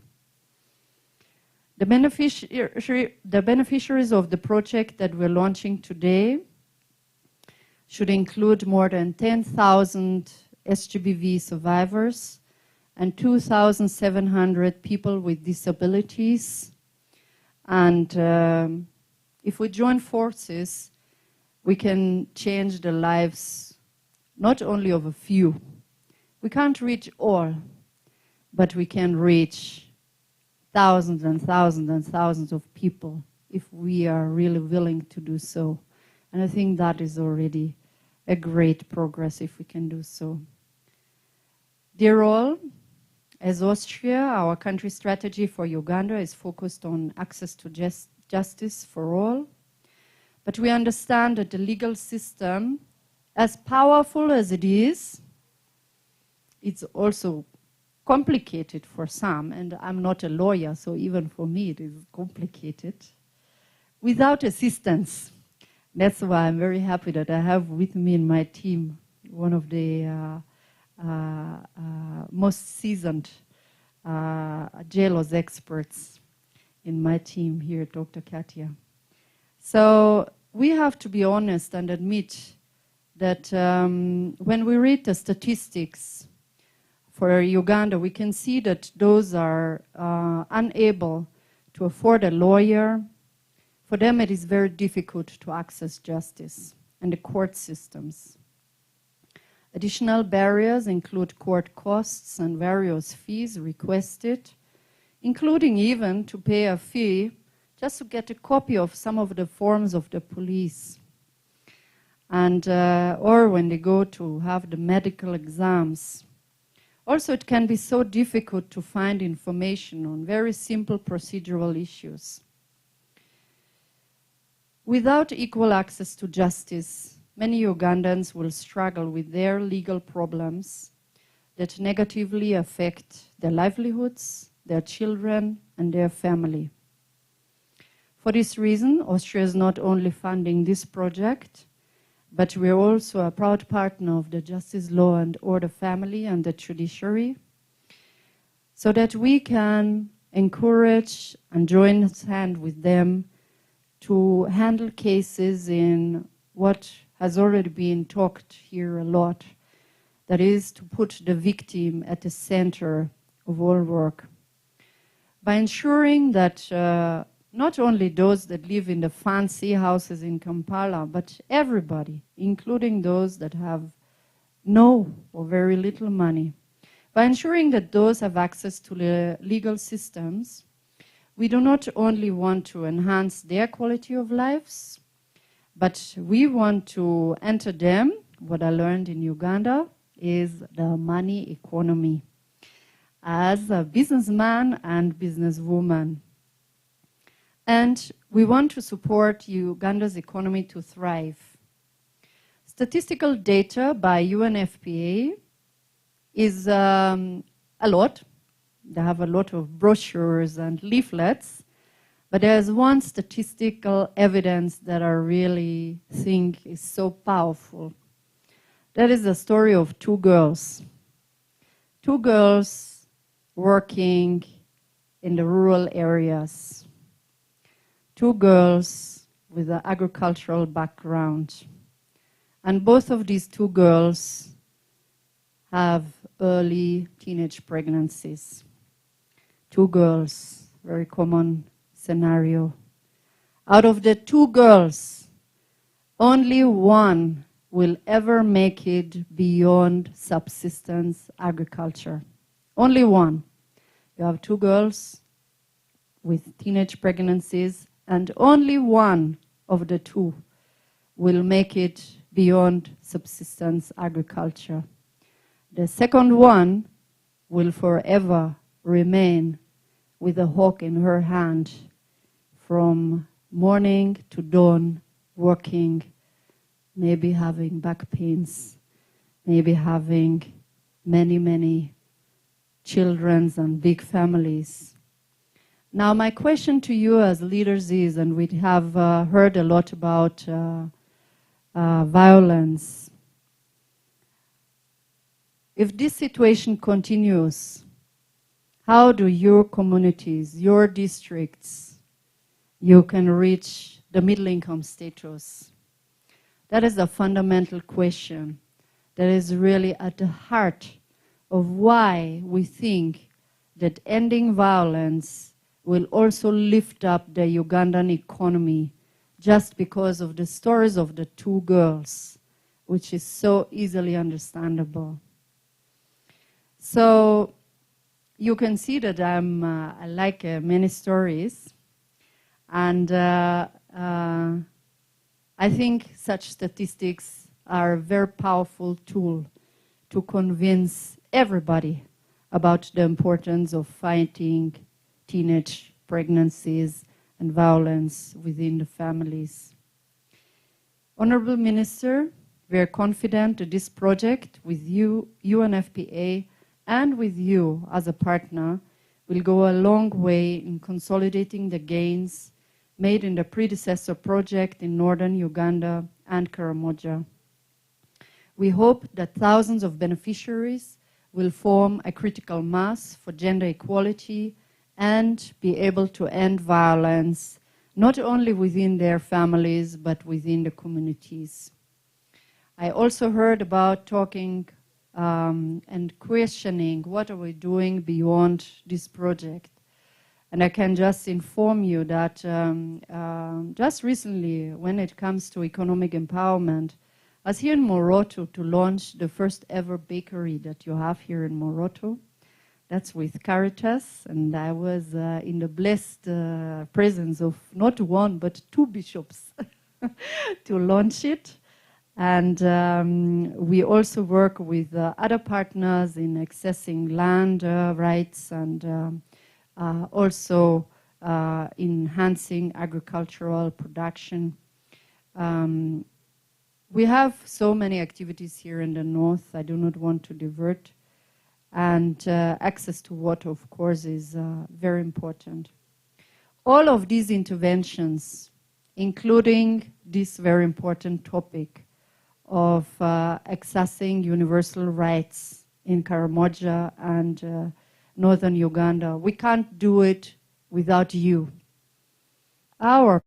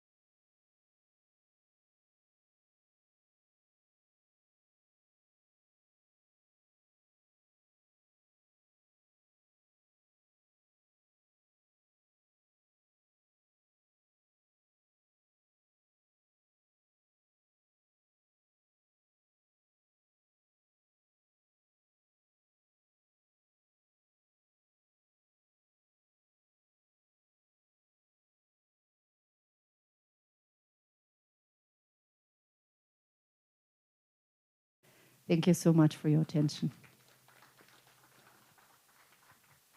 A huge round of applause for the head of delegation. Thank you so much.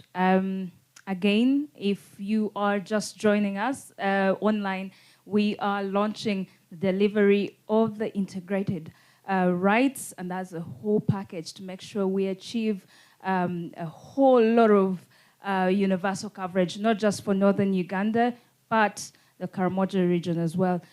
Ladies and gentlemen, it's my pleasure to invite the resident district commissioner, the RDC Moroto district, who will say a few words to us and then invite the chief guest.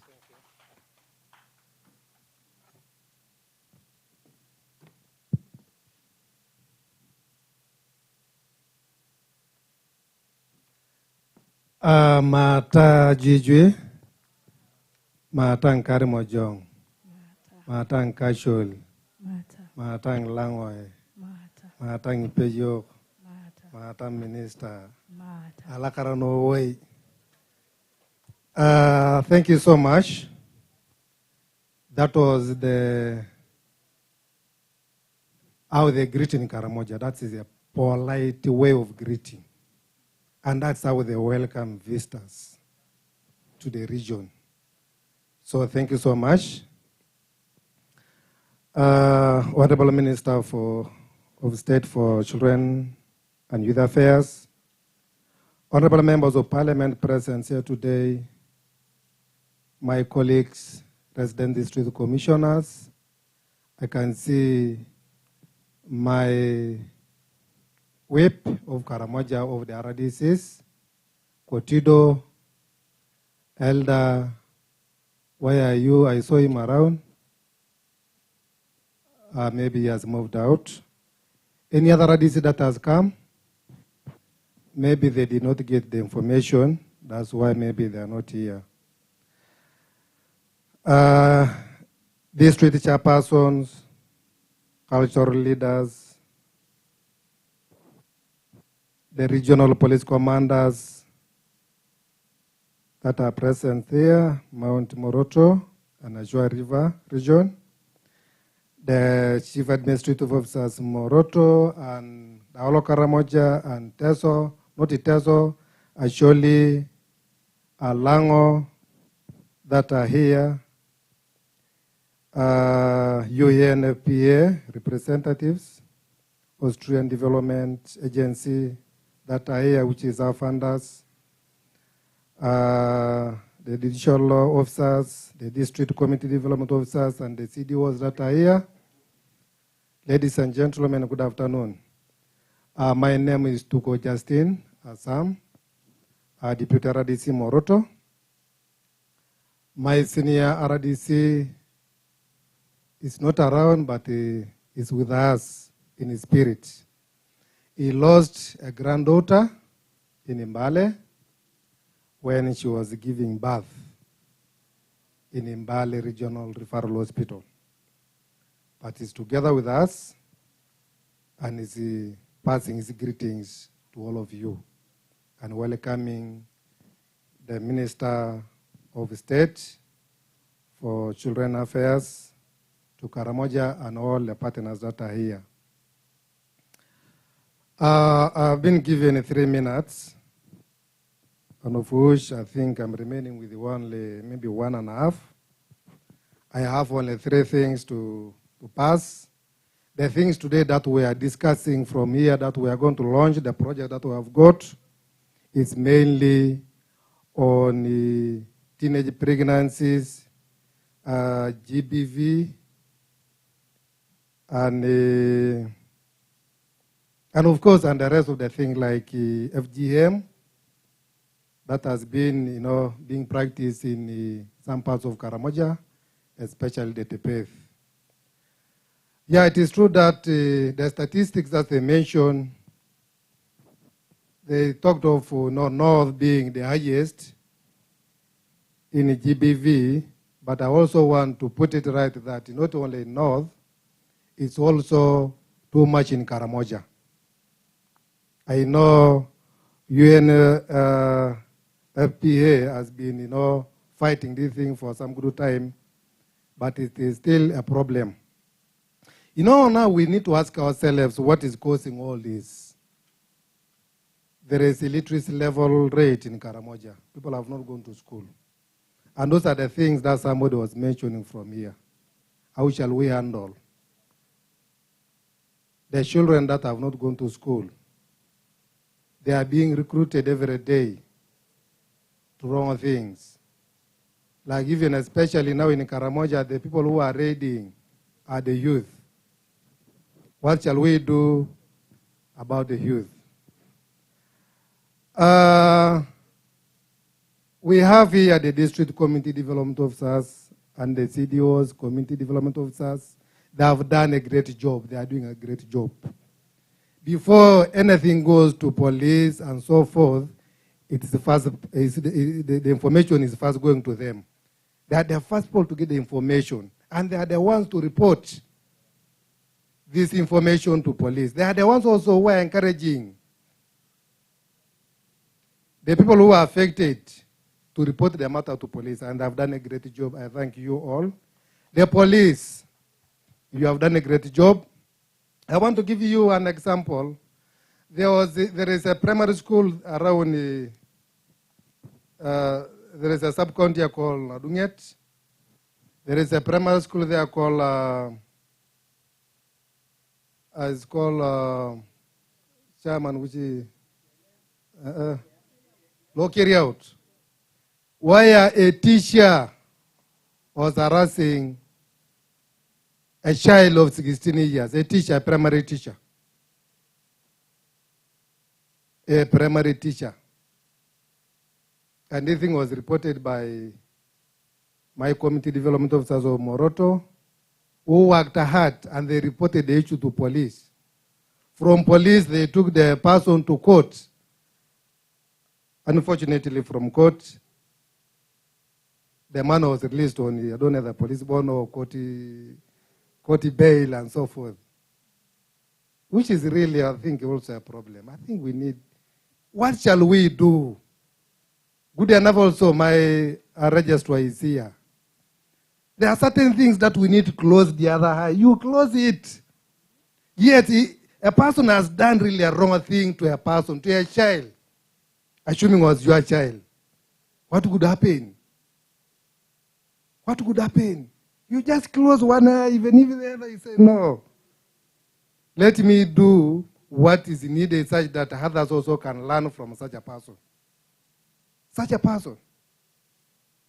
So I think, I don't know whether that case has been crossed, maybe forgiven. In Karamoja, things have been happening. The rights of women, children, the girls, and so forth. In Karamoja those days, a woman was not allowed to eat a certain part of the chicken. Of the chicken. Huh? Those rights. Discrimination was too much in Karamoja. Right to education. It was a very big problem in Karamoja. You know, in Karamoja, the literacy level in Karamoja, they could say, don't educate the young girl, the girl child. If you educate the girl child, he's going to become a prostitute in his school. Maintain that person such that, you know, after some time, you can be able to fetch the animals. 100 cows that they used to get. 100 cows. And that's why really Karamoja is still behind. Because of that illiteracy level, which is there. That's why I need to thank really the partners that are here. They have done a great job in ensuring that the girl child also goes to school because they are all equal. Women also were not allowed even to own any property. Any property. If the father maybe dies, all the assets of the father, it's only the boys that can distribute those things among themselves. The girl, you know, the sisters, you know, for you are not part of this. You are not part of this. Even in voting, you vote for your leader, which is the right of everybody. A right for everybody. A man tells you, no, no, no, no. I don't, if I see you, I saw you the other day campaigning for so and so. If I see you, you will not come to my home. You will not come to my home. And that's really a problem. A man also wants a woman to follow a person is supporting. So those are some of the things really that we need to fight. Even though the women also who are working, a man also want to control that salary. Want to control it. No, no, no, no. So those are the abuses, injustices that we need to fight as the people of Uganda, as the partners who are here. The police, you have done a great job. So we now want to thank you a lot. What shall we do about this? This is really a question which is for all of us. How shall we end this? We need to support for us now, because there are those cultural institutions which is represented now here by the Prime Minister of Lango. There are those elders forums. There are those opinion leaders in the villages. The CDOs who are here. How shall we support these groups? Because now we cannot go direct to the field. They are the ones. If there is a need, we need to empower with resources these categories that I've mentioned so that they can really help. The religious leaders, they have done a great job. So they are the ones who to pass information, because we don't need to work in isolation without them. We need to empower the girl child. That's why really all of us, we know and we are all witnesses that the president of this country is the first person who initiated, immediately came to power, empowering women. Empowering women. That's why the minister, the minister we have right now here, all women that are here is being empowered by the president of this country. We need to thank him so much. He has done a great job. That's why at the time of the ministers, everybody was complaining that now the president has appointed only women, just because these presidents want to empower ladies that has been left behind. So we want to thank them so much for the great job they are doing. They are transparent. Women, they are transparent so much. So they don't do things like the way men do, like us. For us, we don't, bring anything which is supposed to be brought out. So women, we thank you so much for your transparency. So with those few remarks, maybe before that, Honorable Minister and the partners, our funders that are here, we have a remand home here, which was supposed to help us, our young children, the victims, to be a rehabilitation area for these children here. We have a rehabilitation center here, the remand home. I think I'm happy that the Ministry for Gender, Labor and Social Development are here. The site has taken about more than 5 years. 7, 8, my chairman is testifying from here. There is nowhere now, even most of the cases, even the shelters that we have here, it's really very small, cannot accommodate all the survivors of gender-based violence. What shall we do really? I remember Honorable Minister whispered, that after this, I think we need to go and visit that place. As Moroto, we shall be grateful if that place can be worked on. It will help Karamoja, because that thing is a regional, remand center for the region. Thank you so much. With those few remarks, I now take the honor to invite our guest of honor of today to come and make our remarks. Thank you so much.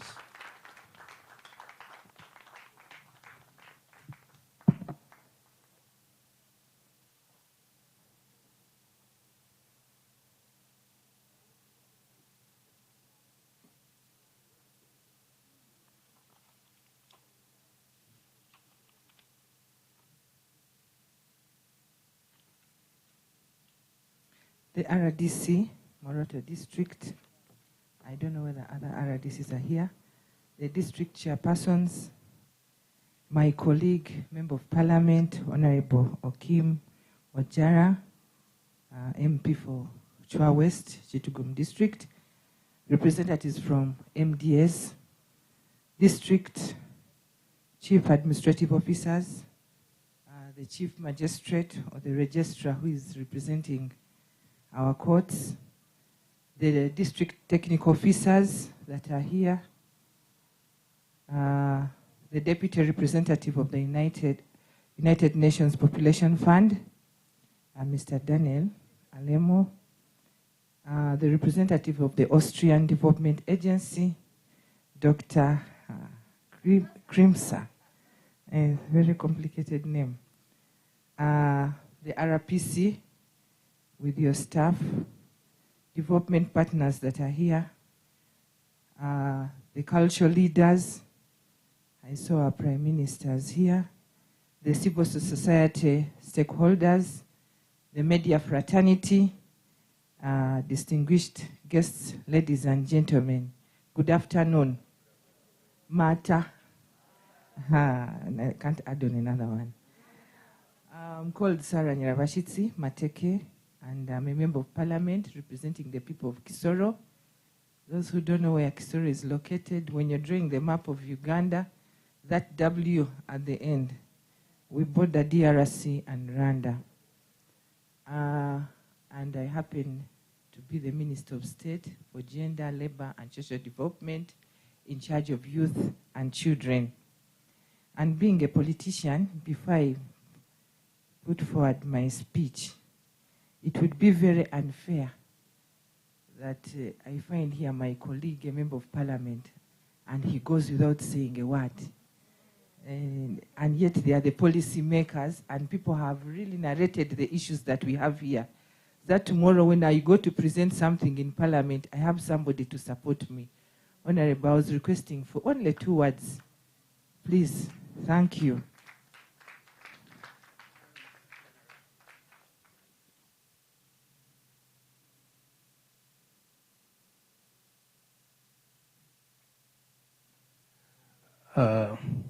Thank you, my minister. Thank you, the host. And the program organizers. As the minister said, my name is Oken Pipi Ujara. I represent the people of Chua West, Kitgum District. Yeah, I was really wondering, you know, these days the MPs have become so unpopular. You know what happened in the parliament recently. But I think that happened for the best of the country. The most important thing that we normally do as a parliament is appropriation. And any program that comes at the district level is normally included in the budget. And when we have heard that this funding is about 3 billion? 3 billion, that is already an additional funding to the government. And by way of appropriation, I think it will help the 2 sub-region, Karamoja, as well as also actually sub-region. And we will take it up. And I can guarantee you that any project or any activity that involves the community, it has to get some political buy-in. Recently, we had a program, Madam Minister, that was meant to be implemented in actually sub-region.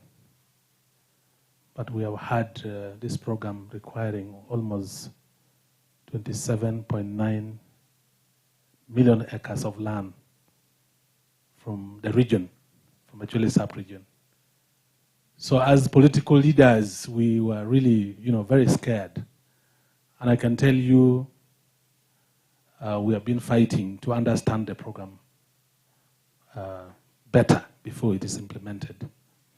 But inviting members of parliament in this kind of initiative, I can tell you, Madam Minister, I'll be one of the supporters. When you bring this to parliament, we shall support it and we shall make sure it is implemented to benefit the people of the two sub-region. Thank you very much, Madam Minister, for giving me this opportunity. May God bless you. Thank you. Thank you so much. We need the politicians so that they also commit to what we are doing. Distinguished guests, ladies and gentlemen, it is with great pleasure that I join you today at this very important event of launching phase 2 of the project named Delivering an Integrated Package of Rights to Achieve Universal Coverage in Karamoja and Northern Uganda. I want to thank you all for taking off time within your busy schedules to attend this very important event that is a clear demonstration of your continued commitment towards improving the quality life of the population, especially the young generation of women. Thank you so much.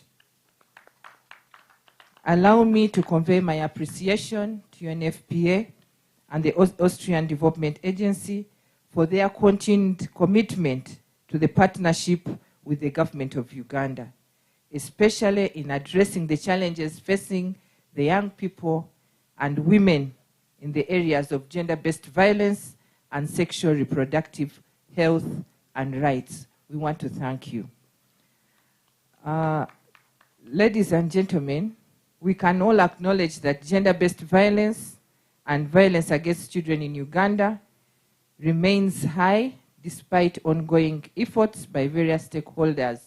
I think you have heard all the testimonies. When the RPC was talking, you would see that everybody is touched in one way or another. I want to note that the statistics are still appalling. Cases of defilement have remained high, with 12,580 defilement cases reported in 2022 from 14,000, which was reported in 2021, according to the Police Crime Report 2022. Of course, out of these, 3,620 were aggravated defilement. This is just a tip of an iceberg.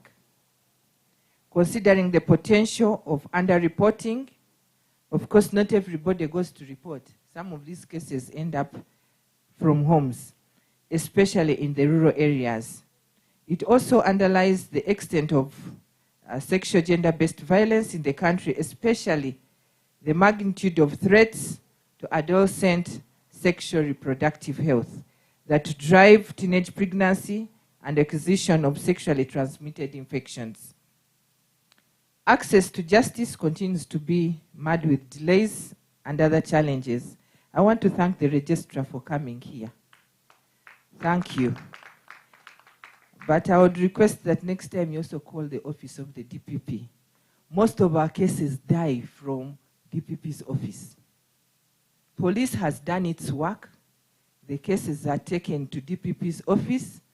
All of a sudden, you go to hear things have changed, that the years have changed, that this case has become political. And yet you're seeing there's really, at times I get confused when they tell me they are still doing investigations. Yet you have spoiled somebody's child and you're seeing it with your own two eyes. There is a case I always give an example to. Someone very big, 70 years, you go and defile somebody's child, S3, I think she was in S2, S3. You elope with the child, impregnate her after knowing that people have known. You just bring her to Kampala and dump her in a certain clinic, and then they carry out an abortion, which was not very good because it affected the bladder of the young girl, and then they neglected the girl in the clinic. The people in the clinic had to first call. Such a case. You arrest the man, police did its work, taken to court. After reaching court, The man was remanded for 2 weeks. After that, he was released. And after being released, they keep telling him, come back after 1 month, another month. The girl is not yet in school. That is one. Secondly, the girl is still on treatment. Third, now they have turned it, it is political. So I'm wondering, what does it mean that a case has become political after spoiling somebody's child? Suppose that child was yours. Would it be the same statement? That is what I always ask them. Let me stop there. Cases reported in 2022, 4,725 cases were taken to court.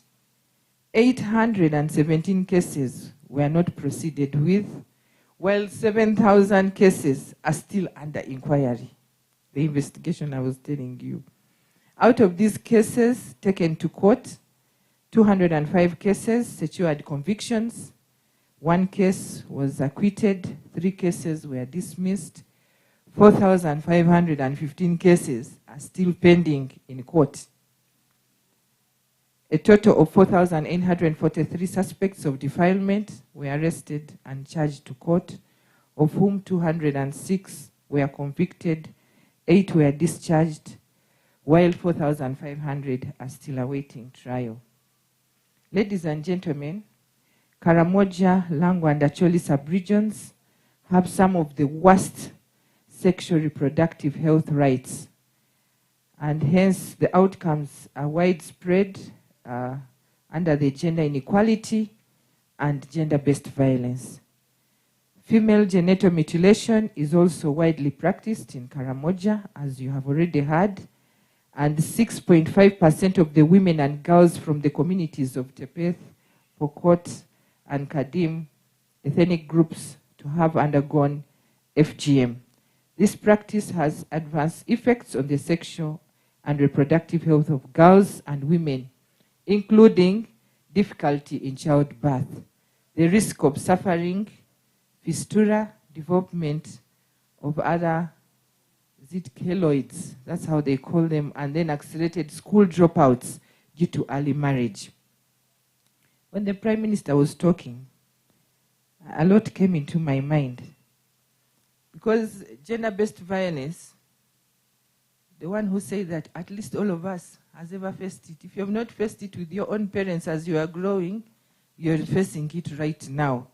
And you know what is interesting? I love the men. They keep quiet. Even if you beat them, they will keep quiet. But for the women, and by that, that's why we live longer. Eh? Do you know why women live longer? For us, we know how to make noise for ourselves. But the man will die naturally down there. So, very quiet. So, with the gender-based violence, of course, we are going to experience a lot, and we are still experiencing, especially issues to do with poverty. Of course, that's one of the causes. And of course, when GBV enters, poverty has to increase. GBV, with teenage pregnancies, of course, if we do not do the right thing as parents, I always tell people that all this goes back to us as a family. It goes back to us as a family. We need to value family so that the family is able to know the children will value their values, they will value their culture, they will value their parents when you're seated together. But if you're fighting, who is going to look after these children? And remember, these same children are also going to marry, and then they will think what their father and mother were doing is the right way to go and do it even in my home. So we need to do a lot. When he was talking, he reminded me, I've been moving the whole of Uganda. I was in Gulu. There is a children's home I had gone to visit. I think it's Ray's. Tina can remind me. So when we reached there, they have a health center. So when they told the girl who was there that that is the Minister of Youth and Children, this girl was less, I think around 10 years. This 10-year-old girl had a baby. And surprisingly, she gave birth normally, while some of us it is hard, but with God's miracles, the girl gave birth normally. She was 10 years. So when she saw me, she decided to cry. The baby she's holding is crying. The mother is also doing what? Now, a baby carrying a baby. Then I wondered, this is just one person who has had access to the minister. what of those ones who are behind there? And of course, as a minister, I wouldn't see a child looking after a child. We had to get solutions. And surprisingly, the family had chased the girl. So after chasing the girl, because she was a total orphan, where she gave birth, she said, I'm not leaving this place. So they were also stuck with the child. So we had to get solutions. But this is only one child. So when the Prime Minister was talking, I could feel, because I have seen with my 2 eyes, that what is happening in that region is not the best. When it goes to alcohol, when it goes to drugs, that one with drugs, I don't know how police is handling that. Of course, with child marriages, that one has become too much. Even the big men are taking the small girls. So we need to address all that. On the other hand, ladies and gentlemen, the maternal mortality ratio in Karamoja is 700 mothers dying due to pregnancy-related complications per 100,000 live births, compared to the national average of 336 maternal deaths per 100,000 live births. That is according to the Uganda Demographic Health Survey of 2016, because it's the one we are still using. Yet for Acholi and Lango sub-regions, the maternal mortality ratio is 368 and 353 maternal deaths per 100,000 live deaths, still from the UDHS 2016, which is close to the national average. Karamoja and Acholi are the second and third sub-regions that recorded the highest percentage increase in teenage pregnancy in 2021 at 15.8% and 11.5% respectively, higher than the national increase of 7%. Moreover, 3 districts, Amdat and Abim in Karamoja and Omoro in Acholi, are among the 12 districts that recorded more than 20% increase in teenage pregnancies in 2021. This tells us probably why this project is focusing on these districts. Ladies and gentlemen, the issues that have just been highlighted above have serious implications on the rights of girls to education, life, sexual reproductive health, protection, and a safe and secure environment. It is also very clear that the major issues that we must deal with strongly are positive parenting, addressing negative social norms, and scaling up male involvement, and making sexual reproductive health services accessible, affordable, and acceptable. However, this does not necessarily mean that other key interventions are given less attention. We also need to continue focusing on interventions such as women economic empowerment. I believe when a woman is empowered, I'm telling you, the home will be at peace. You know, at times why we fight. Now the woman, you reach home, even if it is an educated woman here, we always feel that a man should provide in one way or another. The woman will be keeping her money, would say, you know, mister, I need this. Yet the woman is keeping her what? So now, imagine this woman who doesn't have, but insists the man should provide. I believe that if we empower our women, then we should be taking the right direction. This will help us to help our women and girls, especially after empowering them. You know that you've put them at a better level. Of course, as I had said, promoting right parenting and strengthening our legal and policy framework and institutional frameworks. Therefore, discussions and the choices we make today should enable us to allocate resources towards building resilience for our women and girls for future crises. The role of the family needs to be strengthened, including media engagements. Government recognizes there are several negative cultural practices that affect the dignity of women and girls and has taken progressive steps in redressing them. Specifically, I want to reiterate government commitment to ensuring that the guidelines of sexuality education for out of school are finalized and passed to help stakeholders clearly implement the life skills and sexual health education. Other interventions include media campaigns to sensitize the public on dangers of teenage pregnancy and early marriages, promotion of male involvement in addressing gender-based violence, and of course, popularizing the revised national strategy to end child marriage and teenage pregnancy 2022, 23, 2026, 27 that outlines the priority interventions and actions that ensure that girls are protected and supported to reach their potential.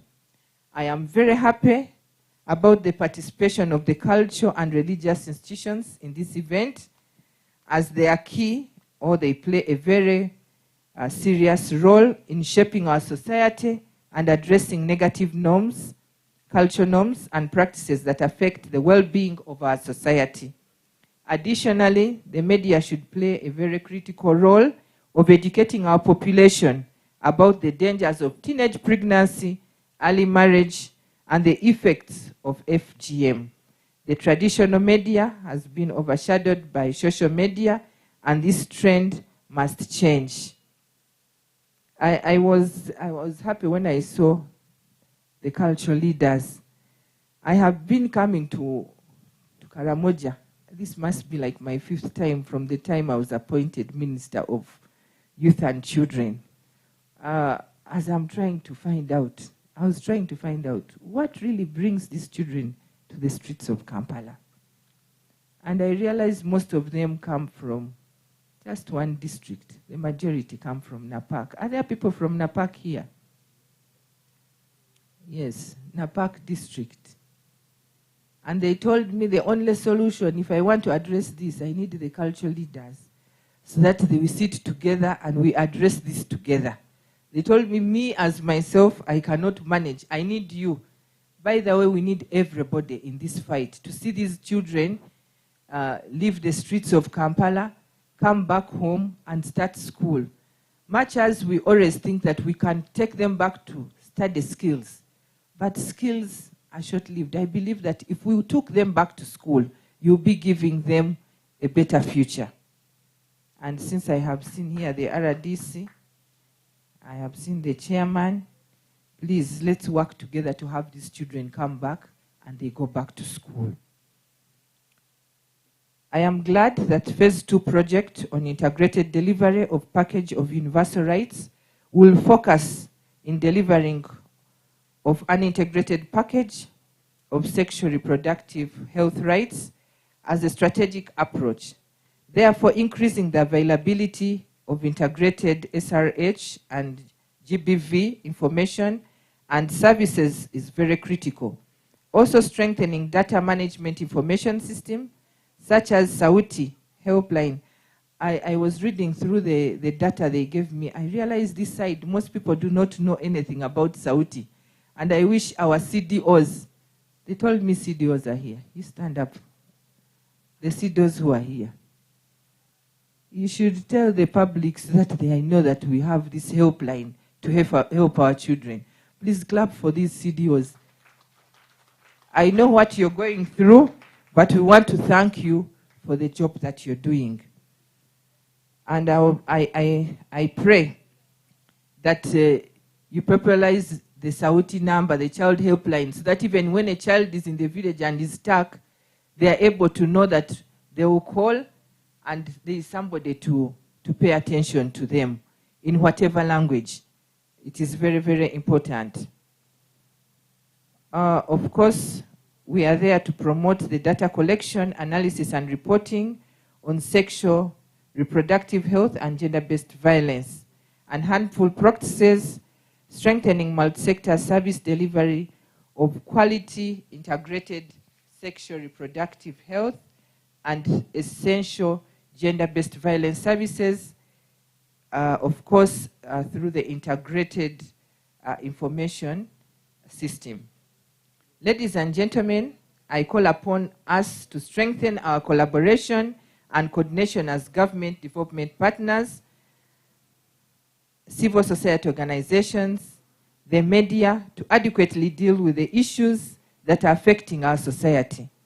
Government of Uganda is committed to strengthening and ensuring implementation of existing legal and policy frameworks, and of course, which includes the National Policy on Elimination of Gender-Based Violence, the policy that was passed in 2016, the Prohibition of FGM Act 2010, and its regulations, the Prevention of Trafficking of Persons Act 2009, and of course the Penal Code Act, CAP 120, and the Children's Amendment Act 2016, among others.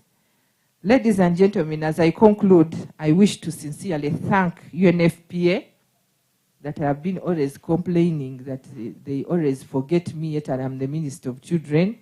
You always carry the children and put them in women, yet they are still children. Much as they have given birth, they are not yet women. They are what? They are children. So don't push them to the women's docket. They are still children.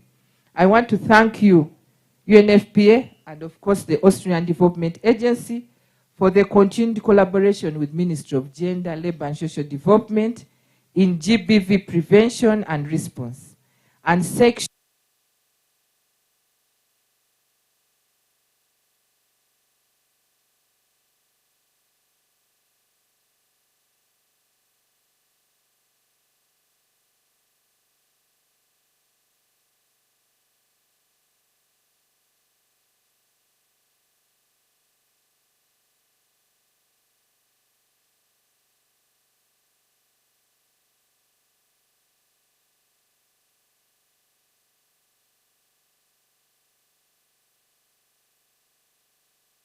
achieve this.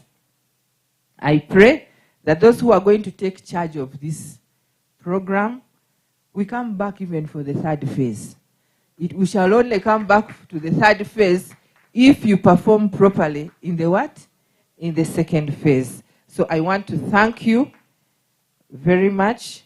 And with those few remarks, I am honored officially to launch the project delivering an integrated package of rights to achieve universal coverage in Karamoja and northern Uganda. Alakala Noi, for God and my country. Thank you so much. Another huge round of applause for the Honorable State Minister. Now, the launch can only be a launch if we commit to it as well. And right now, the Honorable State Minister will append a signature on behalf of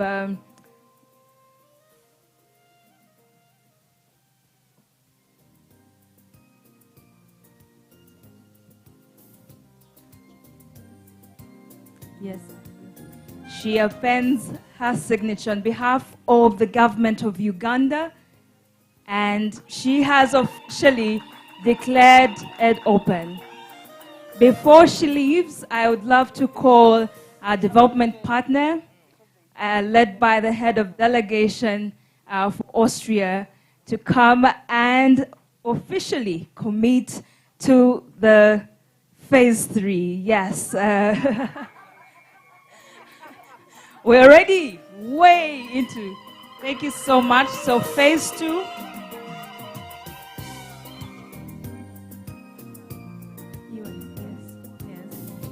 Another huge round of applause for the Austrian Development Agency. They are committing to a successful phase 2. And joining us on stage is the country representative for UNFPA, and he will join in the commitment of a successful phase 2. It is a very, the green is a go from UNFPA. They are committing and, of course, officially launching the delivering of an integrated package of rights to make sure we have universal coverage We want to call the Prime Minister to be a part of the team that represents the cultural leaders in these great regions. They come to commit on behalf of the communities and, of course, the cultural institutions they represent. Coming onto the stage, yes. They committing on behalf of the cultural institutions they represent this very day. It is a very, very huge day. Thank you very much. All right, we're going to take a group photo and yes, let's take a group photo and the district. Okay. The rest of us, yes, the commitment will be in the middle as they take a group photo.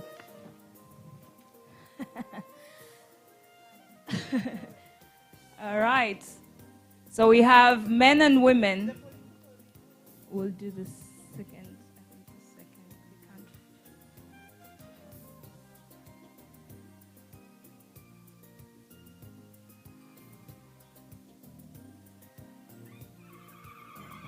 All right. Before they go, Honorable Minister, we'll have the district representatives and the political leaders that are in this place, the chairpersons, RDCs, CDOs. Oh, okay. The MPs, yes.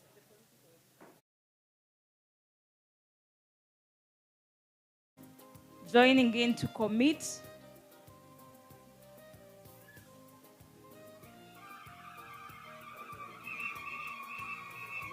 Let's try one by one.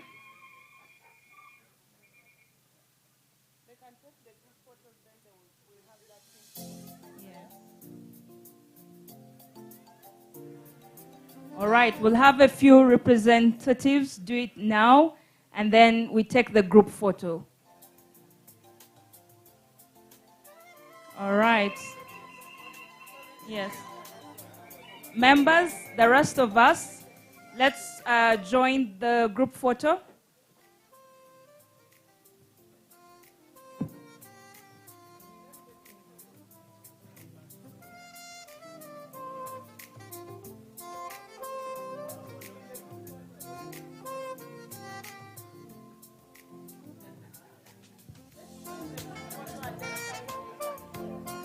All right.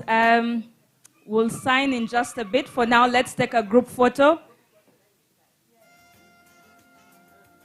It's exciting to see the excitement in committing. For now, let's take a group photo. All right, let's.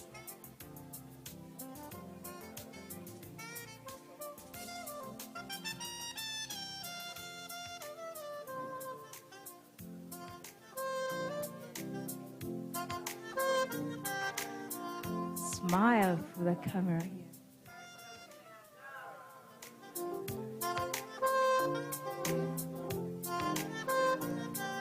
So the rest, card will be outside, the commitment card will be outside. For now, allow me invite the entertainment cultural group to give us some light entertainment. Thank you so much, ladies and gentlemen. The entertainment is next on the agenda.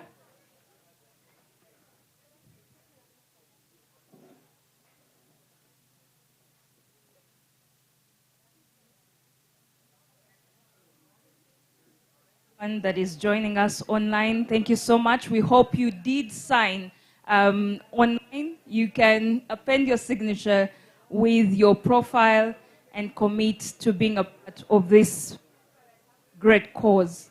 The entertainment is up next.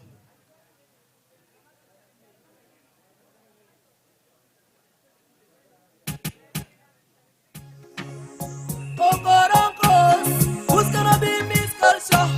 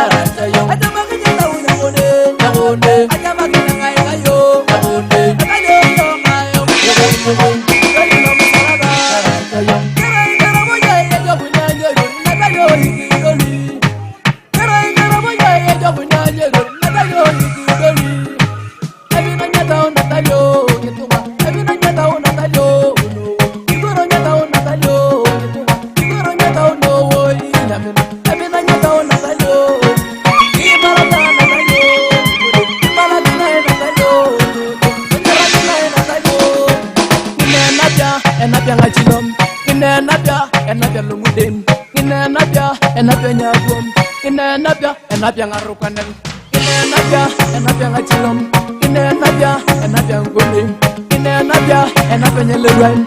Ari natalyo nyakatawa, ajamani nyakawunya ngone, ajamani nangayo, natalyo yokayo, yoko, ikidoli no musalaba, ajamani nyakawunya ngone, ajamani nangayo, natalyo yokayo, yoko, ikidoli no musalaba, ajamani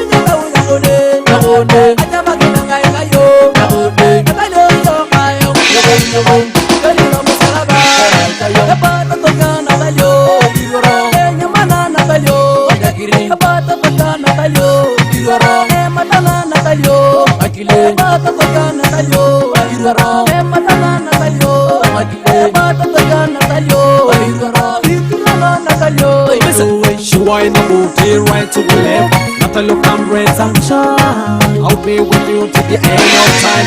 Give me the booty, let me wind up on it. Give me the booty, let me play upon it. Dance to the rhythm, Okoro Kazakiziko. Wind it up in Natalie. Me say, wind it up in Natalie. Iyonka yongo pakalas, chichi. Iyonka yongo pakalas. Me say, Niki jamone de Natalio, robo. Oli bongi go nyakabu, nyetumor. Niki jamone de Natalio, robo.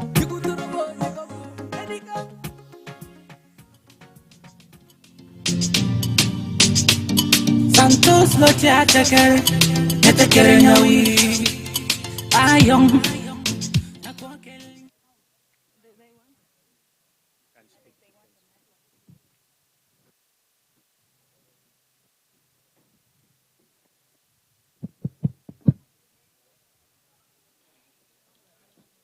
Good afternoon, gentlemen.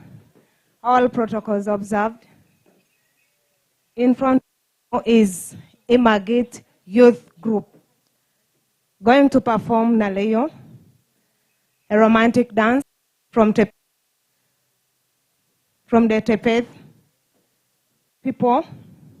Naleyo is a good romantic dance that forces a lady being engaged in a community. Thank you.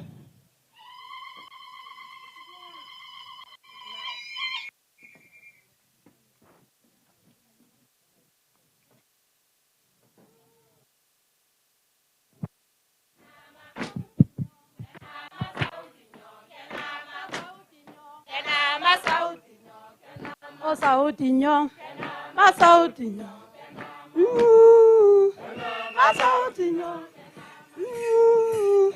Masautinho, Masautinho, Masautinho, Sauti Sautinho, Masautinho, Sauti Sautinho, Masautinho, Magi Sautinho, Masautinho, Tuko Sautinho, Masautinho, Iwa Sautinho, Masautinho, Iwa Sautinho, Masautinho, Masautinho, Masautinho, Masautinho, Amasautinho, Sauti Sautinho, Amasautinho, Sauti Sautinho, Amasautinho, Iwa Sautinho, Masautinho, Iwa Sautinho, Amasautinho, Sauti Sautinho, Amasautinho, Tuko Sautinho, Amasautinho, David Sautinho, Amasautinho, Iwa Sautinho, Masautinho, O Sautinho,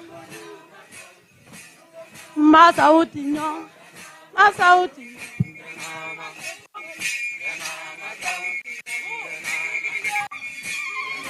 Jabidole na mayo ma jabidole mbaro biyanda. Jabele muya. Adiri bay. Na mayo ma mbaro biyanda. Jabele muya. Kimila sukari. Na mayo ma mbaro biyanda. Jabele muya. Adiri bay ya. Na mayo ma mbaro biyanda. Jabele muya. Kimila logang. Na mayo ma imparo biyan tebelem yang kimila dipiria na mayo ma imparo biyan tebelem yang ayiri bai jaradito ileyo jaradito ileyo jaradito ileyo jarodi wede kambala ileyo jarodi wede mbale jorodi to ileyo jarodi wede Kenya jorodi to ileyo jorodi to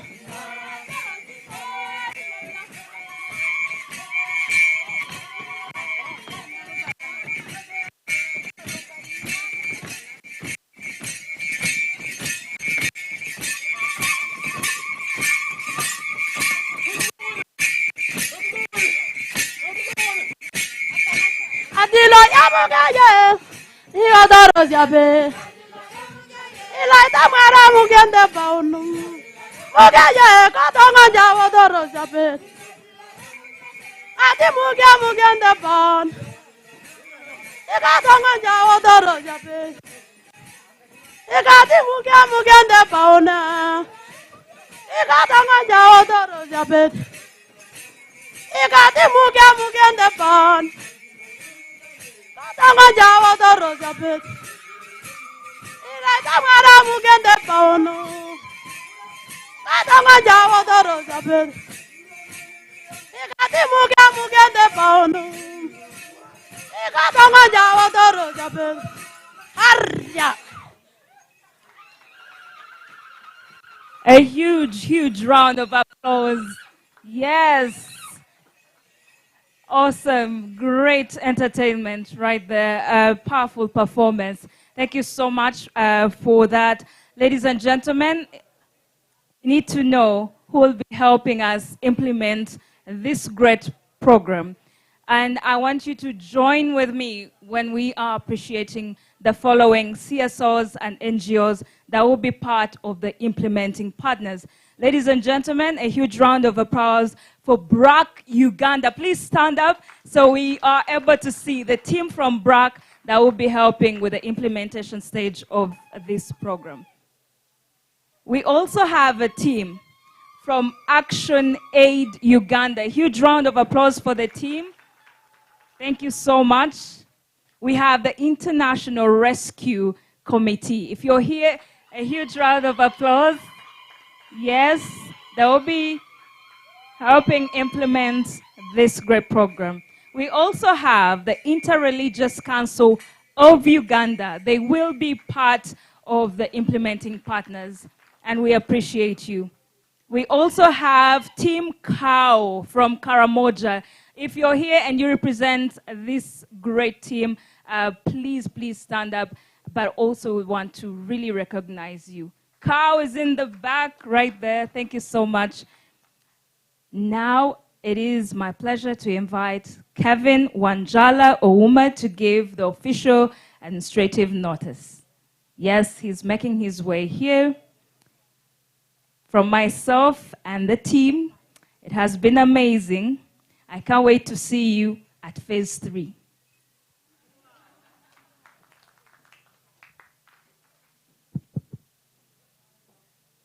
Our guest of honor, the head embassy, the DC, the country representative, UNFPA, the cultural leaders present, the district stakeholders present, the members of parliament present, good afternoon. I'm Kevin Wanjala Ouma. I'll be coordinating this project on the side of ActionAid International Uganda. And it's a pleasure to see the beautiful and handsome faces once again to many of you we've met before.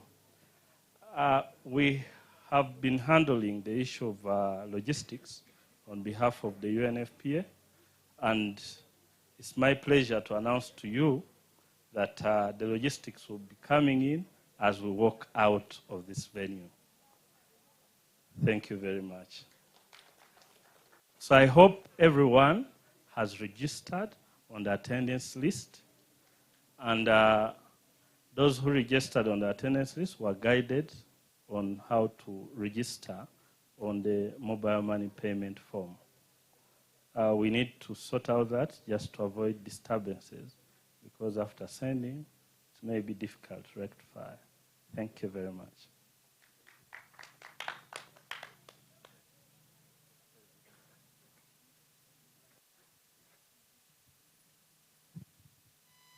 Okay, can we all rise up for the national anthems in a reverse form?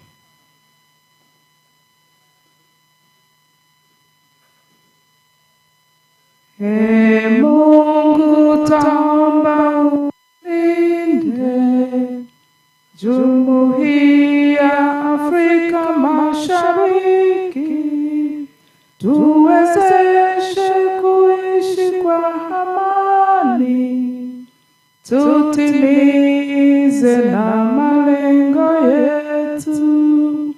Jumuiya yetu zote tuilinde, tuwajibike, tuimarike, umoja wetu ni nguzo yetu, idumu jumuiya yetu.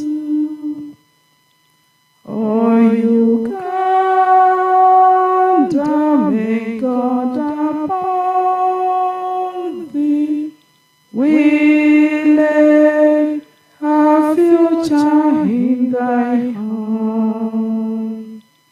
United free for liberty, together we'll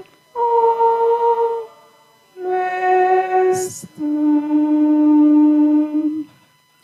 Thank you very much. It has been a pleasure with being all of you in Moroto. Lunch is there for all of us. So you're all welcome. Thank you. See you again.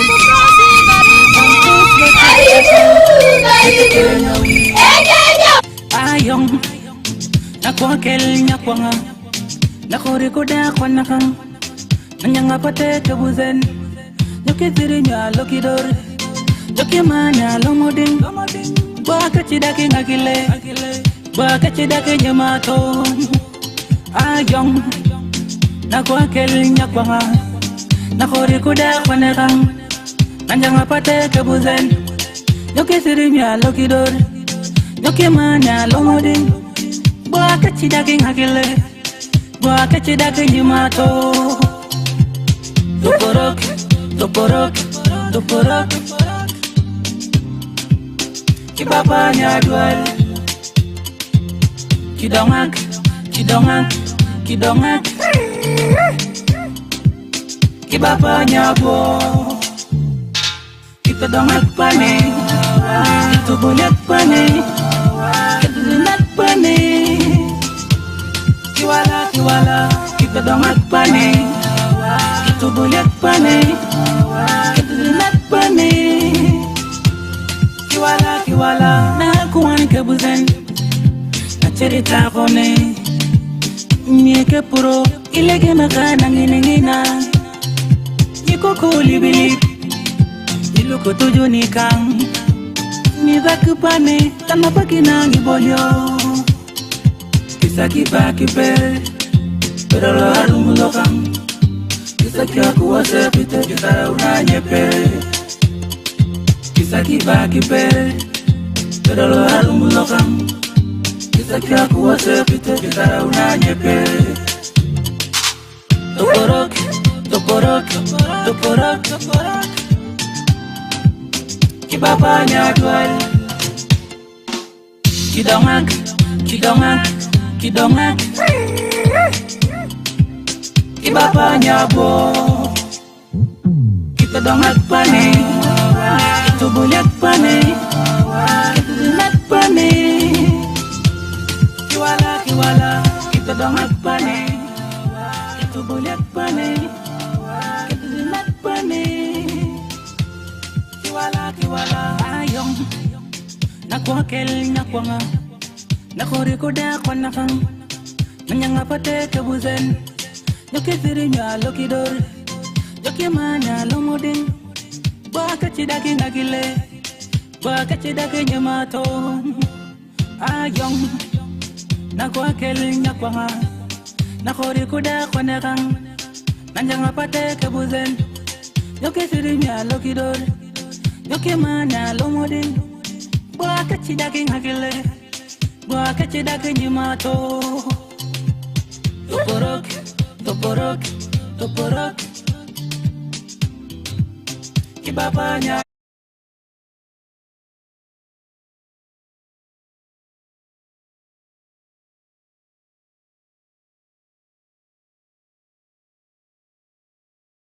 A contributing factor to the way of life of a community.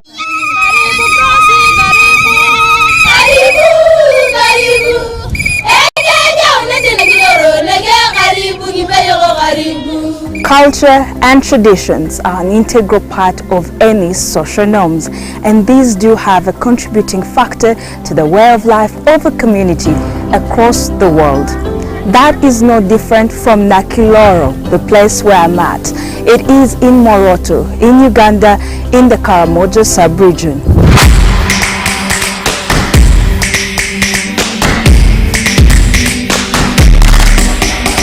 It has been nothing short of amazing. The people, very welcoming, but that's not all. The weather, if you look around me, there are amazing mountains that have the coolest of weather. It might be windy, but that is not what you expect of the Karamoja sub-region. It's not hot, it is just a beautiful breeze that just captivates you, and that is also in the spirit of its people.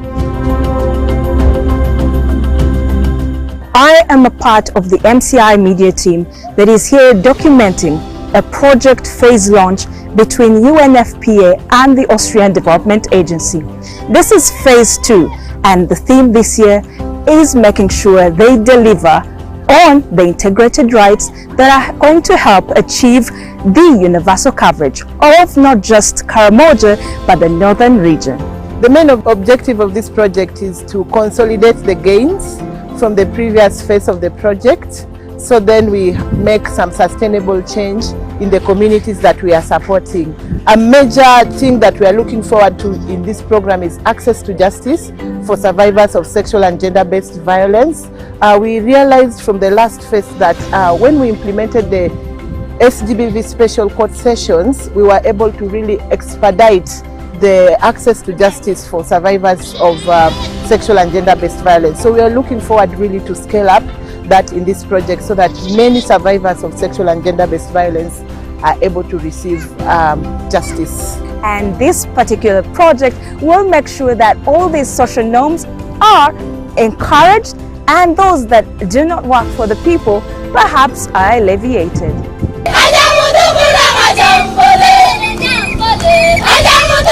majambole,